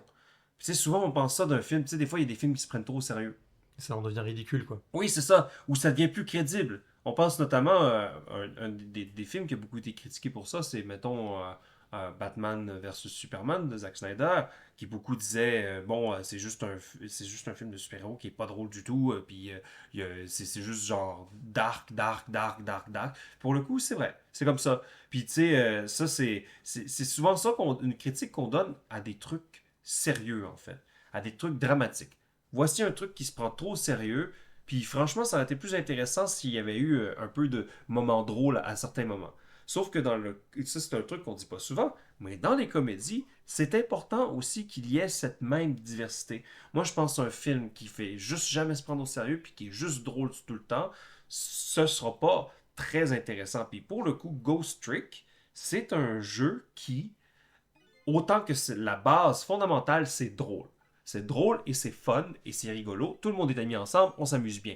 Ça n'empêche pas qu'il y a des moments vachement dramatiques. Il y a des gens qui meurent, il y a des tragédies, il y a des moments où, justement, ils s'en servent pas souvent de ces panels de personnages-là, mais où tu vois vraiment le désarroi dans les personnages, et les trahisons et des trucs comme ça qui viennent se mélanger vraiment habilement à travers cette trame narrative qui globalement est très happy feel good rigolo. Bon, hein, je suis mort, mais c'est pas grave, on va passer un bon moment, puis on va essayer de résoudre le mystère, puis gars, écoute, si je suis pour disparaître de cette terre, c'est pas si grave que ça, c'est genre littéralement une des répliques qui dit genre au début là, apparemment que je serai plus, je vais disparaître, et surprenamment ça me dérange pas trop tant que ça. Ah bon, ok, cool. C'est vrai qu'on résout souvent des morts et les personnages sont avec nous, à côté de nous pendant qu'on résout leurs morts, et il n'y a jamais vraiment de personnage qui panique, Ouais, quoi. ah, non, mais qu'est-ce qui m'est arrivé? À part, comment il s'appelle le juge? le Lui, ministre. Un déni, son truc au complet, c'est de paniquer. Il est très très drôle, là, ce personnage-là. Je pense qu'il y a beaucoup de gens dans l'audience qui vont peut-être, que si vous faites le jeu, vous allez relate avec, si vous êtes anxieux. Et c'est vraiment un peu une caricature de l'homme anxieux qui est très très drôle, qu'on va sauver d'une crise cardiaque à un moment donné. Bref, très mémorable comme segment, mais bon, voilà, c'est vraiment une histoire qui est plaisante en fait. Alors, moi, c'était juste pour faire la petite pression. Moi, ça me dérange pas qu'un film, un jeu ou que ce soit un ton très unilatéral. Parce que j'adore Limbo, j'adore Inside, j'adore Shadow of the Colossus ou Dark Souls. Mais c'est vrai que là, pour le coup, Ghost Trick, ça fait partie de ses points forts. Mais voilà, moi ça me dérange pas qu'il y ait des jeux qui aient toujours un peu la même Je te tonalité. dirais que, genre, même dans. Non, moi, je suis pas tout à. Tu sais, genre, même les jeux les plus dark, là, comme mettons Inside ou... Inside ou Elden Ring, il y a des moments. Il y a des moments dans ces jeux qui sont drôles, entre guillemets. Puis des moments qui sont surprenants. Mettons, si on prend Dark Souls. Spoiler à toi, ou à moi, je sais pas si tu t'es rendu là dans le jeu, Valentin. Valentin est en train de faire Dark Souls, jamais trop tard pour bien faire. Euh, mais genre, t'es dans Dark Souls, tout est dark, sombre et tout ça, puis t'arrives dans une forêt avec des champignons, puis tu dis, ah, ah, les petits hommes champignons, ils sont tout mignons, tu te dis, je vais en taper un, ils meurent tout facilement, ils sont un peu pathétiques. Puis t'es comme, ah, attends, il y a un gros champignon là-bas, puis t'arrives à côté, puis là tu te dis, ah, salut gros champignon, t'es gentil toi? Puis là, tu vois, il se prend une swing, puis il te fout une patate, là. Ça, c'est objectivement drôle, hein. Je pense qu'il savait ce qu'il faisait. Puis même je dirais, t'as quand même des brisages de ton. Tu me parles par exemple de Inside ou Shadow of the Colossus. Par exemple, dans Shadow of the Colossus, quand t'es en train de te balader à cheval au milieu de nulle part, c'est quand même une ambiance qui est très différente de quand t'es sur le dos d'un colosse, tu vois. Ou quand, par exemple, Ouais, dans Inside... T'es déprimé, hein. Ouais, Enfin, alors... alors, le jeu te met face à une solitude. oui, On s'écarte un peu on de s'écarte Ghost un peu. Trick, c'est pas grave. Mais tu vois, genre, il y a quand même malgré tout une certaine beauté qui se dégage de cet endroit absolument gigantesque et titanesque dans lequel tu parcours Mhm. petit à petit les échelons. Il y a quand même une certaine beauté, tu sais, un gigantisme assez poétique, quoi. Mais- Tout ça est assez joli, quoi. Même si en effet, le contexte reste très déprimant parce que bah, tu viens de perdre ta meuf et tu essaies de la ressusciter, voilà. Mais malgré tout, tu as quand même ce moment de calme. Un peu, tu sais, comme t'as passé une mauvaise journée, puis là, hop, t'es dehors dans la campagne et il y a un vent qui se lève, et puis t'es tout seul et il y a rien, et là tu fais. Tu sais, il y a un moment qui se passe. Oui. Bah là, il y a un peu ça, tu vois, ce truc-là, je trouve. Ça te fait vivre différentes émotions. Même si tu es dans la même nuance de couleur, de palette grise, il y a quand même une certaine variété. Même chose dans Inside, un moment en particulier qui pas, ça va pas te faire rire, haha, rigolo, youpidou, mais genre, c'est un jeu de fort contraste. Tu sais, genre, mettons, le moment où tu tombes, tu es pourchassé par cette horrible fucking sirène là, qui essaie de te sortir de ton sous-marin. Quelle horreur, ce machin. Puis là, t'es au paroxysme de la tension. Puis quand tu tombes dans l'eau, le machin, tu crois qu'il va te noyer à un moment donné. Mais non, il te connecte, puis il te donne de l'air. Puis là, tu passes d'une intense peur comme ça à un sentiment majestueux, surtout avec la musique qui embarque. Tu sais, c'est très beau, puis t'es plus dans l'horreur du tout, t'es plus dans la contemplation. Puis à la fin de... Ne spoil pas Inside alors qu'on est sur un autre sujet. Ok, ben On va pas spoiler Inside. on va pas spoiler Inside, mais bon, il y a des moments qui sont de fort contraste dans le jeu. Mm. Puis je pense, si je pourcitais un exemple, ça me fait mal de le citer parce que je suis pas, je l'ai pas fait au complet, mais c'est un truc que j'avais vu par rapport à un jeu récemment qui est sorti qui s'appelle Scorn, qui est inspiré de Giga puis de Alien. Scorn, c'est un jeu narratif, puis Ah oui. c'est toujours horreur, trash, glauque, horreur, trash, glauque, horreur, tout va mal, tout est laid, tout est moche, il n'y a pas d'espoir, puis ça finit. T'es comme, ah, cool. Beaucoup de gens ont été laissés un peu sur leur faim suite à ça, puis ça, je peux comprendre. On a fait une grosse tangente. Grosse Non, tangente. c'était mais une c'est tangente intéressant. intéressante, oui, Mais, oui, c'était intéressant. Du coup, vous voulez parler du scénario de Ghost Trick et Oh oui. de la vinaigrette? Oh. Alors, il n'y a pas que de la oui. vinaigrette. Il n'y a pas que de la Il vinaigrette. n'y a pas que de la vinaigrette, il y a des hauts, il y a des bas, Et il y a de la bonne vinaigrette. à la toute fin. On pourrait dire aussi ça que globalement, je sais pas si vous serez d'accord, mais on est plutôt sur une pente haute jusqu'au moment de la vinaigrette qui va osciller un peu entre le haut et le bas, mais sinon, globalement, on est sur un truc assez exponentiel. Moi, je dirais jusqu'au chapitre 14, ça Voilà, monte. c'est ça. Si on- Jusqu'au chapitre 14 Est-ce- sur 18. Est-ce qu'on fait un bref survol de ce qui se passe ici? On peut, ouais. Donc, dans l'histoire concrètement, alors, Cicel, il veut découvrir qui il est, mais surtout, un truc qui est une partie importante de l'histoire, c'est celle d'un policier qui a été injustement accusé et qui est condamné à mort. Et là, il faut essayer de résoudre ce crime, en fait. puis il y a des ramifications internationales. Puis en fait, c'est assez complexe comme narration. C'est dur à expliquer d'un coup parce que déjà, ok, si je pour résumer, en premier lieu, il y a Cicel. On essaie de savoir qui l'a tué, puis découvrir qui il était, parce que sur ça, on n'a aucun détail. En second lieu, il y a Jode, c'est ça? Ouais. Oui, mais même on peut dire, en fait, pour le coup, les antagonistes, on les connaît très tôt. Enfin, l'un des commanditaires, on le connaît très tôt parce qu'on le connaît à la fin du chapitre 1. C'est ça, c'est ça. Puis du coup, il y a Jode, il y a Jode qui lui est qui est condamné à mort pour un crime qu'il n'a pas commis. Donc cette enquête-là, il y a aussi et la... Oui, Si je peux me permettre, la nuit dans laquelle se déroule le jeu, c'est la nuit de son exécution. c'est ça, c'est la nuit de son exécution, puis on essaye de prévenir, d'empêcher cette exécution-là.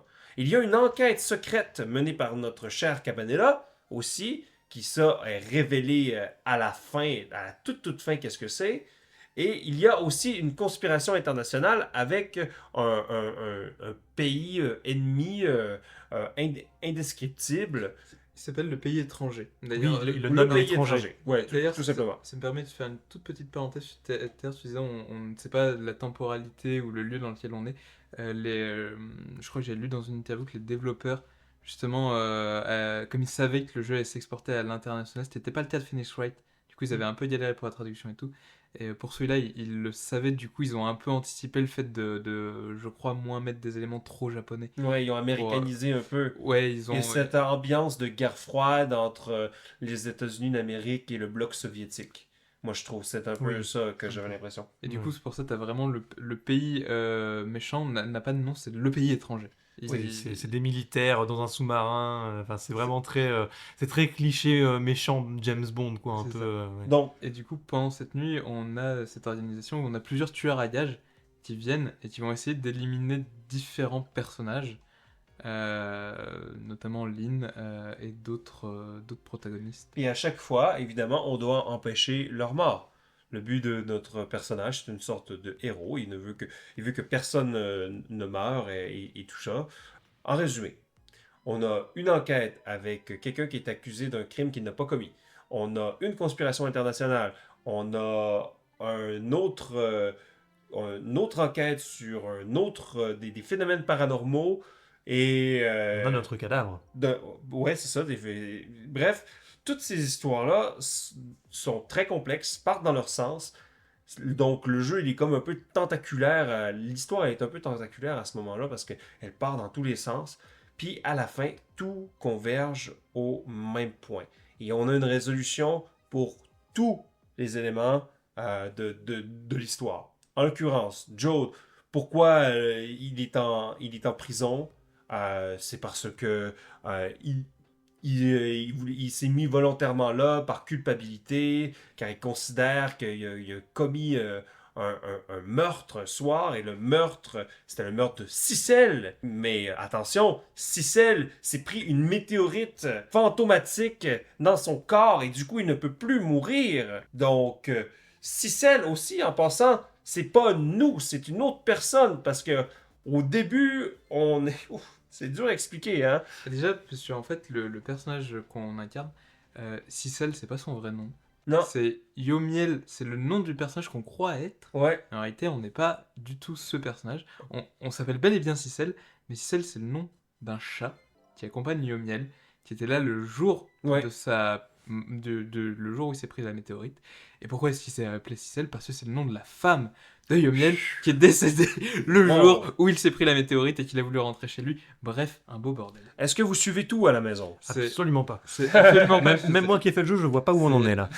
Oui, en fait, c'est Non, mais très oui. compliqué d'expliquer parce qu'il y a plein d'embranchements dans tous les sens. Et surtout, c'est un jeu qui est énormément basé sur un plot twist, un plot twist, un plot twist, un plot twist. Donc il se renouvelle tout le temps avec des plot twists qui teasent le prochain plot twist, qui lui va teaser les prochains plot twists, etc. etc. Cependant, autant que c'est difficile pour nous de l'expliquer là maintenant, ne vous imaginez pas, chers spectateurs, qu'on est en train de parler d'un Death Stranding ou de Metal Gear Solid 4 ou de n'importe quoi de Kojimesque. Ça reste très clair. Ça reste très Oui. clair. Ça reste très clair, et de voir la conclusion à la plupart de ces arcs narratifs est très satisfaisant la plupart du temps, vraiment moins satisfaisant pour certains trucs, par exemple, il y a un sujet de controverse qui là est un bas pour, je crois, nous tous.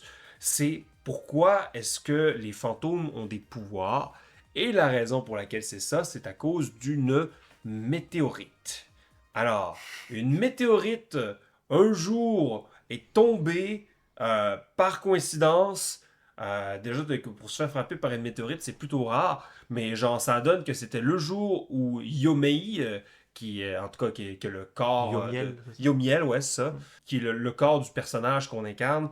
Oui, encore compliqué, désolé. Mais pendant qu'il prenait en otage une petite fille parce qu'il était fugitif, au dernier moment, il s'est pris une météorite en plein cœur. Puis en l'occurrence, c'était une météorite magique. Une météorite magique qui a le pouvoir des fantômes. Mais lui, vu qu'il avait la météorite dans son corps, il pouvait jamais vraiment mourir. C'est comme un peu le chat de Schrödinger, mais humain.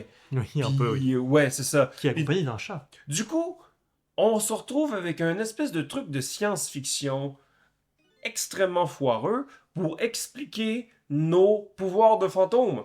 Puis non seulement c'est foireux, mais en plus la coïncidence est tellement improbable de se faire frapper par une météorite au milieu d'un parc, genre pile au bon endroit, pile au bon moment, même si Ghost Trick c'est un jeu qui joue beaucoup de ces coïncidences, puis hop, t'envoies la balle juste au bon moment, qui rebondit juste au bon moment sur le truc, puis finalement tout va bien, puis tout marche.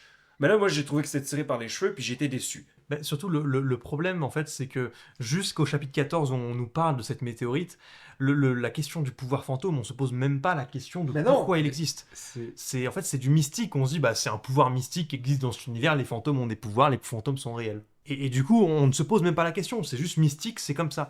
À partir du moment où il y a une explication rationnelle, en tout cas plus ou moins rationnelle, ça reste de la SF, hein, une météorite avec des pouvoirs, mais en tout cas, il y a une explication rationnelle dans cet univers à ce pouvoir, et bah forcément, c'est-à-dire qu'il faut tout rationaliser, quoi. Et on se retrouve à complètement devoir abandonner cet aspect mystique qui, justement, donnait déjà, d'une part, le mystère un peu du jeu, qui donnait envie d'aller poursuivre, d'aller chercher les réponses, quoi. Si on nous donne la réponse comme ça tout de suite, en mode, bah c'est ça, bon, forcément, la réponse, elle est un peu froide, elle est un peu... Mais en plus, bah on a déjà la réponse, pourquoi on irait plus loin? Mais surtout, en fait, ça oblige vraiment tout le jeu à se justifier sur absolument tous ces détails, jusqu'à en devenir maladif, et vraiment, mais en fait, à un moment donné, c'est genre trop, en fait. Ben oui. Ça, c'est un message à tous les game designers out there, tous les gens qui créent des jeux, qui créent des histoires de jeux vidéo. Vous n'avez pas besoin de tout expliquer, ok? Des fois, c'est correct si il y a une grosse tortue papale qui est dans l'église puis qui te permet d'échanger tes pouvoirs ou je sais pas, ok? Pas besoin de me dire pourquoi la tortue est là, pourquoi elle existe. Non, ok? Dans le cas de Ghost Trick, c'est ça qui est frustrant. C'est que ça commence si bien. Le jeu commence, t'es comme, je suis mort. Puis là, il y a une lampe qui me parle. Lampe, ouais, oui, je te parle. Mais comment ça se fait, t'es une lampe? Ben oui, mais t'es mort, alors ça n'a pas de sens. Ok. Ben là, tu peux reculer le temps de 4 minutes. C'est le pouvoir des morts. Ah bon, 4 minutes? Mais pourquoi? C'est extrêmement spécifique et ça n'a pas de sens. Ben non, ça n'a pas besoin d'avoir du sens. Parce que t'es mort. C'est le pouvoir des morts. Ah, ok, bon, ben du coup, 4 minutes. Le jeu était... Oui, c'est ça, tu l'acceptes. Parce que c'est dans le délire du jeu. Il était une fois, quoi. Puis Ben oui. c'est vraiment là, tu étais en train de dire le pourquoi les 4 minutes et tout. C'est vraiment un des dialogues du jeu, c'est un des premiers. C'est le personnage pose la question, puis la lampe lui fait effectivement, t'en occupe pas. Donc le jeu te le dit explicitement. Et un truc qui est très bizarre, c'est le pitch de base, le fait de contrôler des fantômes. Ça fait partie du folklore, même pour nous, ce côté, un fantôme, si on y croit, si on pense que ça existe, il y a ce côté, ça peut interagir avec des objets, en prendre possession et tout. Donc, c'est-à-dire que dans le pitch, dans l'idée de base d'être un fantôme, il n'y a jamais eu besoin de le justifier, puisque ça fait partie de l'imaginaire collectif de ce tiens un fantôme. Donc pourquoi vouloir l'expliquer si vous avez choisi volontairement un sujet qui se veut irrationnel et sans justification, parce que c'est dans notre imaginaire à tous. Ben oui, c'est ça qui est dommage. Moi, j'appelle ça le syndrome d'Indiana Jones 4. Hein? Est-ce que quelqu'un ici aime Indiana Jones 4? Non. Non. Personne n'aime Indiana Jones 4 parce que parce que c'est pas bon comme film déjà. Puis un des pires trucs que le film fait, à part nous forcer Shia LaBeouf dans le fond de la gorge en mode hey, vous voulez un successeur à Harrison Ford? Voici Shia LaBeouf. Non merci. C'est que justement Indiana Jones a toujours été mystique et que pour le coup Indiana Jones 4, ça tombe dans la science-fiction et ça met un mauvais goût en bouche Parce que justement, la science-fiction, ça porte à vouloir tout expliquer. Puis si tu veux tout expliquer dans Ghost Trick, ben, tu te rends compte qu'il n'y a pas grand-chose qui tient en place. J'irais même un peu plus loin parce que, à la limite, que le jeu tende à vouloir tout nous expliquer, je vais dire, ok, je l'accepte. Imaginons que je l'accepte. Ouais.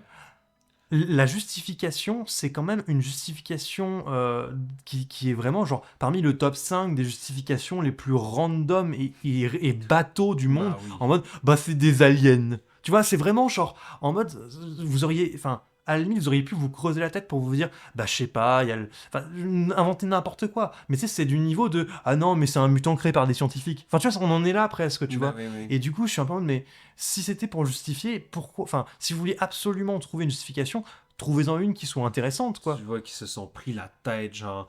Je suis pareil, là, j'imagine les gens qui ont écrit le jeu, là, ils se sont pris la tête. Non, mais comment on justifie les fans? Puis tu sais, genre, ça, tu vois ça des fois de certaines personnes quand ils font des projets, hein, puis qu'ils se prennent la tête avec des détails qui sont pas nécessairement... Je crois que c'est comme ciblé. mon world building, non mais mon world building, mais non Emmerich, c'est pas ça le plus important. Prends-toi pas la tête. Et du fun Emmerich.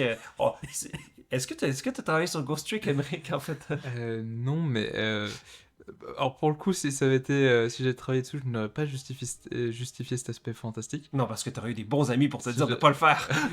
Non, parce que s'il y a du fantastique, je pense que c'est pas besoin de le justifier, Ouais. mais j'aime bien le réglementer, avec lui mettre des Oui. règles et tout, et bien le cadrer. Et c'est justement là où c'est encore plus absurde. Parce que la météorite qui donne ses pouvoirs, d'où elle vient, on ne le sait pas. Donc elle-même, elle est mystique, Bah oui. cette météorite. Alors, Donc pourquoi justifier Enfin, Je pense que la justification, elle est très grosse guillemets, à scientifique, mais le côté la météorite, ça a des radiations.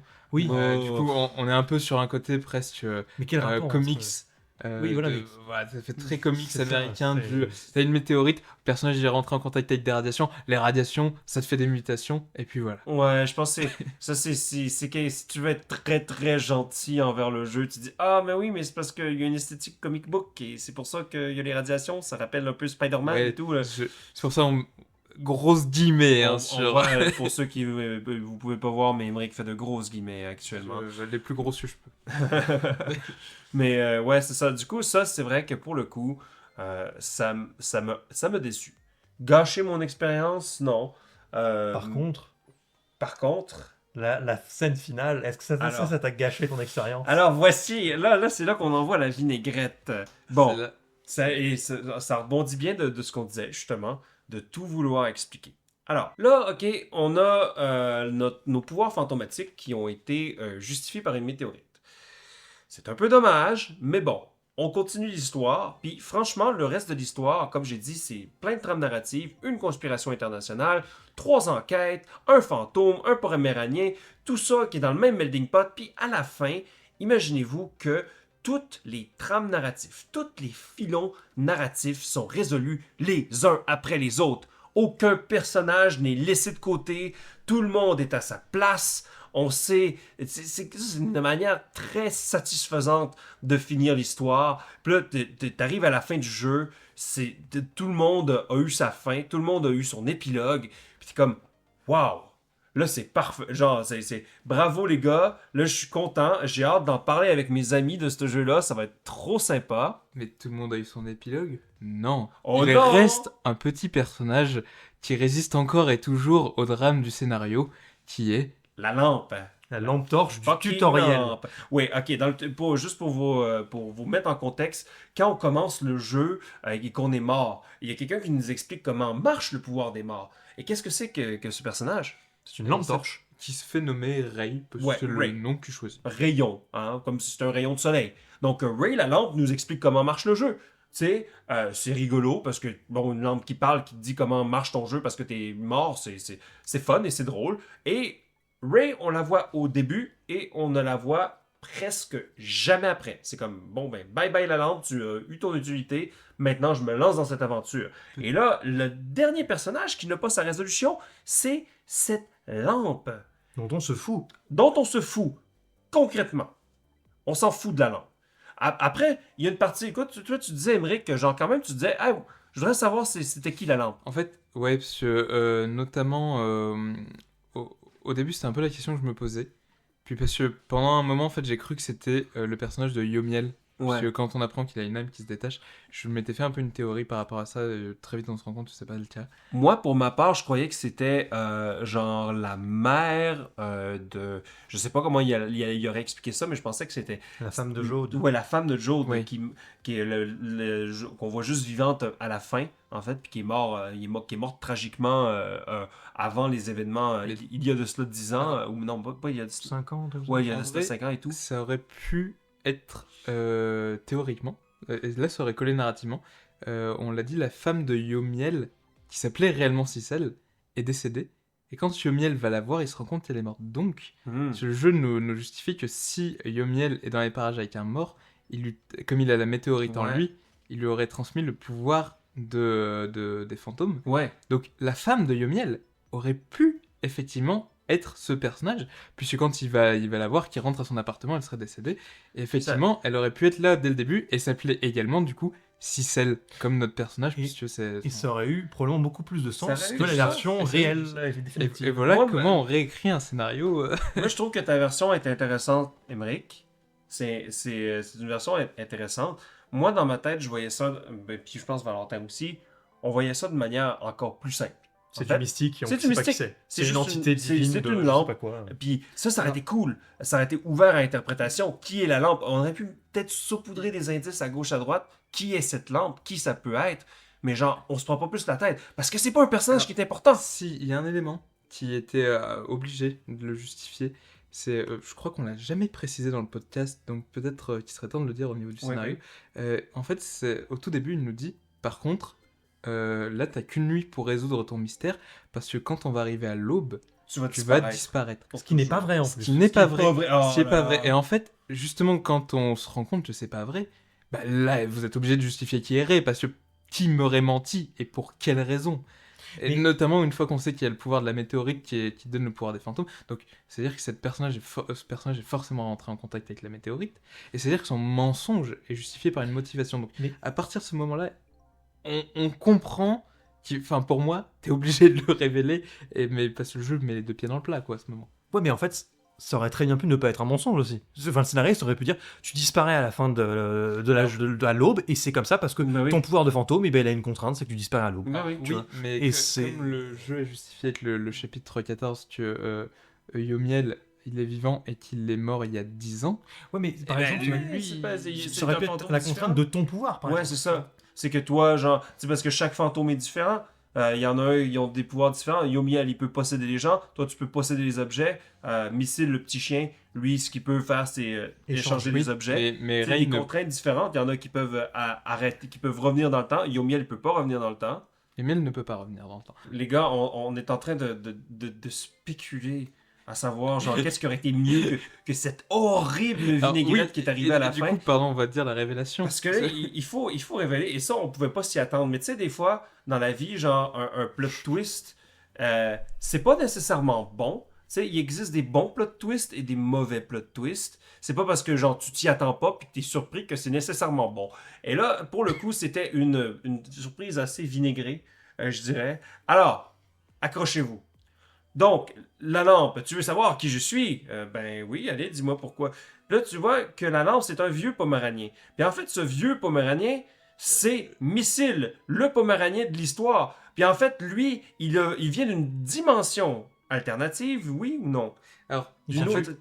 enfin, il vient en fait, il a remonté le temps, Il a c'est ça. remonté le temps, en fait, et oh, c'est tellement... J'ai mal à la tête juste d'y penser. En fait, juste globalement, ce qui arrive, c'est qu'il y a ce personnage-là que tu n'as jamais rencontré, puis qui n'a pas vécu la même histoire que toi, puis qui n'était pas dans ton histoire, qui a vécu toute son histoire de son côté. Cette histoire qui n'avait aucune influence sur la tienne, ou sur aucun des personnages que tu as aidé dans tout le jeu, et il prend 4500 plombes pour tout expliquer ça, alors que toi, tu es en mode, OK, Mais c'est fini là. mais le jeu est fini, là. Arrête tu sais, c'est comme, le jeu est fini, puis il est parfaitement bouclé, puis il y a cette espèce de moment-là où on ajoute des couches supplémentaires à l'histoire, comme si le scénariste était comme en mode, hey, t'as vu comment je suis intelligent? Hey, tout est expliqué. Hey, tout est expliqué par ça, ça, ça. Hey, puis ça. Puis c'est comme, non, mais j'ai même pas... Même qu'il y a aucun... En fait, c'est ça qui est enrageant, c'est qu'il y a même pas de trou dans le scénario. Il y a même pas de truc, genre... Tout le monde a eu sa fin. tout le monde a fini, quoi. Puis il y a lui qui arrive, puis qui te sort tout ça, mais tu t'en fous. Moi, je m'en souviens, quand je l'ai vécu, j'allais me coucher, quoi, genre.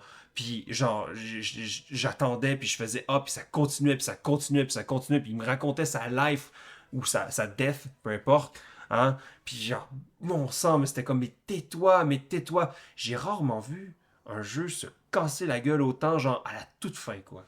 En fait, le problème surtout, c'est que vraiment, en fait, on n'est plus investi émotionnellement parce que, en fait, C'est ça. en fait, tout nous a été présenté. Ça, c'est fini, tel personnage est heureux, tel personnage est heureux, tel personnage est heureux. On a fait le tour de tout le monde. Bah voilà, c'est bien conclu. Et puis là, tout à coup, il y a la lampe torche qui apparaît. Salut, au fait, c'est moi. Et t'es en mode, mais qu'est-ce que tu fais là? Le jeu, il est fini. Les crédits doivent se lancer là. Et non, il arrive. Et il vient te raconter pendant genre 5 minutes, genre une histoire parallèle qui aurait lancé toute cette histoire pour justement justifier le fait que, bah, en fait, il était là pour lancer l'histoire, lui, pour t'indiquer les bases, quoi. En fait, c'est juste pour justifier le tuto, quoi. Et je suis vraiment en mode, en fait, t'as vraiment l'impression que c'est les scénaristes qu'on fait, bon, alors attends, on a fait un personnage de tuto, mais il faut quand même qu'on l'explique. Alors, prends du scotch et 3 bouts de papier, là, on va essayer de tout coller ensemble. Mais en fait, c'est vraiment genre, c'est pas le moment, les gars. C'est vraiment pas le moment. Le jeu, il est fini. Et là, justement, je suis sur le moment où le climax vient de se terminer. Je suis dans un good feel, dans un feel good vraiment cool parce que c'est fini et tout le monde est heureux. Il y a cette petite musique joyeuse et tout. Et là, on vient me casser la tête avec un truc dont je n'ai rien à faire, tu vois. C'est vraiment genre, vraiment, on chipote sur un détail qui dure 5 minutes dans le jeu, ce qui est un peu bête, tu vois. Mais en vrai, c'est vraiment genre tellement absurde comme passage. Et un truc, alors je sais pas si vous serez d'accord ou pas avec ce que je veux dire, mais le loup de Poméranie, pardon, donc qui est missile, on le joue durant le jeu. Oui. Et en fait, on se rend compte d'une chose, nous, Cicel, on est soumis au Ghost Trick, donc au tour fantôme, puisque quand on utilise notre pouvoir, on doit revenir dans le monde des vivants pour l'activer, et donc ça nous fait passer un tour, ce qui fait écouler le temps. Mais quand on joue missile, interchanger des objets ne coûte pas de tour fantôme, puisqu'en fait on peut le faire à l'infini, vu qu'on n'a pas besoin de revenir dans le monde des vivants avec la vision pour échanger des objets. Donc, missile peut échanger autant d'objets qu'il veut. Donc, en soi, le coup des Ghost Trick, des tours fantômes, il n'est pas soumis aux mêmes règles. Pourtant, au tout début du jeu, c'est lui qui va nous apprendre que d'un point de vue du gameplay, utiliser une action, c'est utiliser un tour. Mais nous, on l'a joué au niveau du gameplay. Donc, on sait que lui, ça lui coûte pas du tout la même unité, la même valeur. C'est un détail, c'est un tout petit détail tout con. Mais du coup, la personne qui nous apprend au niveau du tuto comment utiliser notre pouvoir est une personne qui ne le connaît pas puisqu'il n'est pas soumis à la même contrainte de pouvoir. Donc, ça crée même un côté un peu absurde entre celui qui nous apprend à utiliser la mécanique de jeu et qui en fait n'a pas du tout cette chose et qu'on apprend à la fin son identité. On se dit mais ça n'a pas trop de sens. Alors c'est vraiment chipoté hein, parce que mais voilà, c'est un truc qui rentre un peu en contradiction entre le gameplay et sa narration à ce niveau-là. C'est là aussi où je pense que beaucoup de gens vont le dire dans les commentaires, si on a des gens dans les commentaires, vont nous dire... Des milliers, des millions même. Mon père, ma mère. C'est super sympa, on vous salue d'ailleurs. Merci beaucoup à vous. Non mais ils vont nous dire, vous chipotez sur des détails en plus qui sont très courts. Oui, mais en fait ça donne vraiment un sale goût amer dans la bouche, parce que c'est vraiment genre... Tout l'aspect mystique et tout justement ce qui fait kiffer un peu dans cette histoire vient d'être détruit en 1000 morceaux par ces deux événements, la météorite et la révélation de la lampe torche, en mode on vient s'aborder vraiment tout le mystère, on vient s'aborder tout le moment feel good, enfin c'est vraiment genre, oui c'est insignifiant en termes de temps par rapport à la durée totale du jeu, mais... T'as l'impression que ça dure des heures, hein? Ouais, puis non mais surtout, alors t'as ça un peu ça, c'est genre l'épilogue en fait, de Red Dead Redemption 2, là, 12 heures, là, c'est rien. Ça remet rétrospectivement en question un peu toute ton aventure. Et ça s'aborde aussi les moments, quoi. C'est-à-dire que vraiment, là, quand t'as ce moment feel good et que t'as ça, en fait, ça s'aborde vraiment ton émotion sur le moment, tu vois. C'est pas juste, c'est un détail relou. Non, ça vient vraiment s'aborder ton moment, en fait. Vraiment, ça s'aborde l'émotion qui a été créée juste avant, dans la scène finale, quoi. Et donc, c'est vraiment... C'est très malvenu, je trouve. D'autant plus que, en fait, c'est vraiment ce que j'aime pas là-dedans, c'est que le jeu... Durant tout le jeu, il te donne des justifications pétées pour expliquer des mécaniques de jeu. C'est-à-dire, quand t'es revenu pendant tout le jeu, tu peux utiliser les téléphones n'importe quand, même quand personne n'utilise le téléphone. Par contre, quand tu es revenu dans le temps, tu peux utiliser les téléphones uniquement, donc te déplacer de téléphone en téléphone uniquement quand des gens sont en communication. Alors évidemment, c'est une règle. Voilà, c'est une règle pour limiter les puzzles. Soit. Du coup, le jeu, il te l'introduit en disant juste, ah bah quand t'es de retour dans le temps, et ben en fait, je peux pas utiliser mon pouvoir quand je veux sur les téléphones, je peux utiliser que quand les téléphones sont en marche. Bon, c'est absurde, ok, ça n'a aucun sens, mais je l'accepte parce que c'est une règle du jeu. Il me le donne via la narration de manière un peu en mode ah bah c'est bizarre, mais c'est une règle de jeu donc je comprends l'absurde. Juste c'est le mystique, c'est comme ça, c'est la règle, ok. C'est la règle mystique, la règle divine de cet univers. Le problème, c'est que le jeu est rempli de ce genre d'événements avec ces règles vraiment très arbitraires qui sont vraiment juste là pour justifier les systèmes de jeu en fait, hein, factuellement, c'est juste ça. Mais on l'accepte parce que c'est le mystique, c'est la règle divine. Et tout à coup, bah non, en fait, la règle divine, il y en a plus, on vient tout péter quoi. Et donc vraiment, ça s'aborde tout le reste, je trouve. D'ailleurs, tu parlais des lignes téléphoniques. Il y a un tout petit truc, on disait que des fois le jeu change un peu ses règles en fonction de s'il a envie de nous faire ressentir d'un point de vue du rythme de la narration. Je sais pas si vous vous souvenez, tout le long du jeu, c'est nous, en tant que joueurs, on appuie sur le fait de se déplacer d'une ligne téléphonique à l'autre. Du coup, ça donne vraiment ce côté, c'est moi qui me déplace et tout.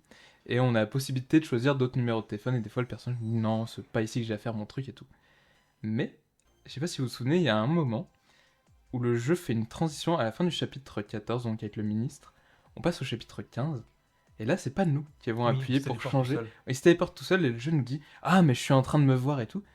Et c'est là que tu sens qu'en fait, le jeu avait pas envie que tu aies le contrôle pour garder, je pense, un rythme ou je sais pas quoi. Mais là, d'un coup, il change une règle qui est « je vais pas faire jouer au joueur cette transition ». Le joueur se téléporte, il sera là, à cet endroit-là, très précisément.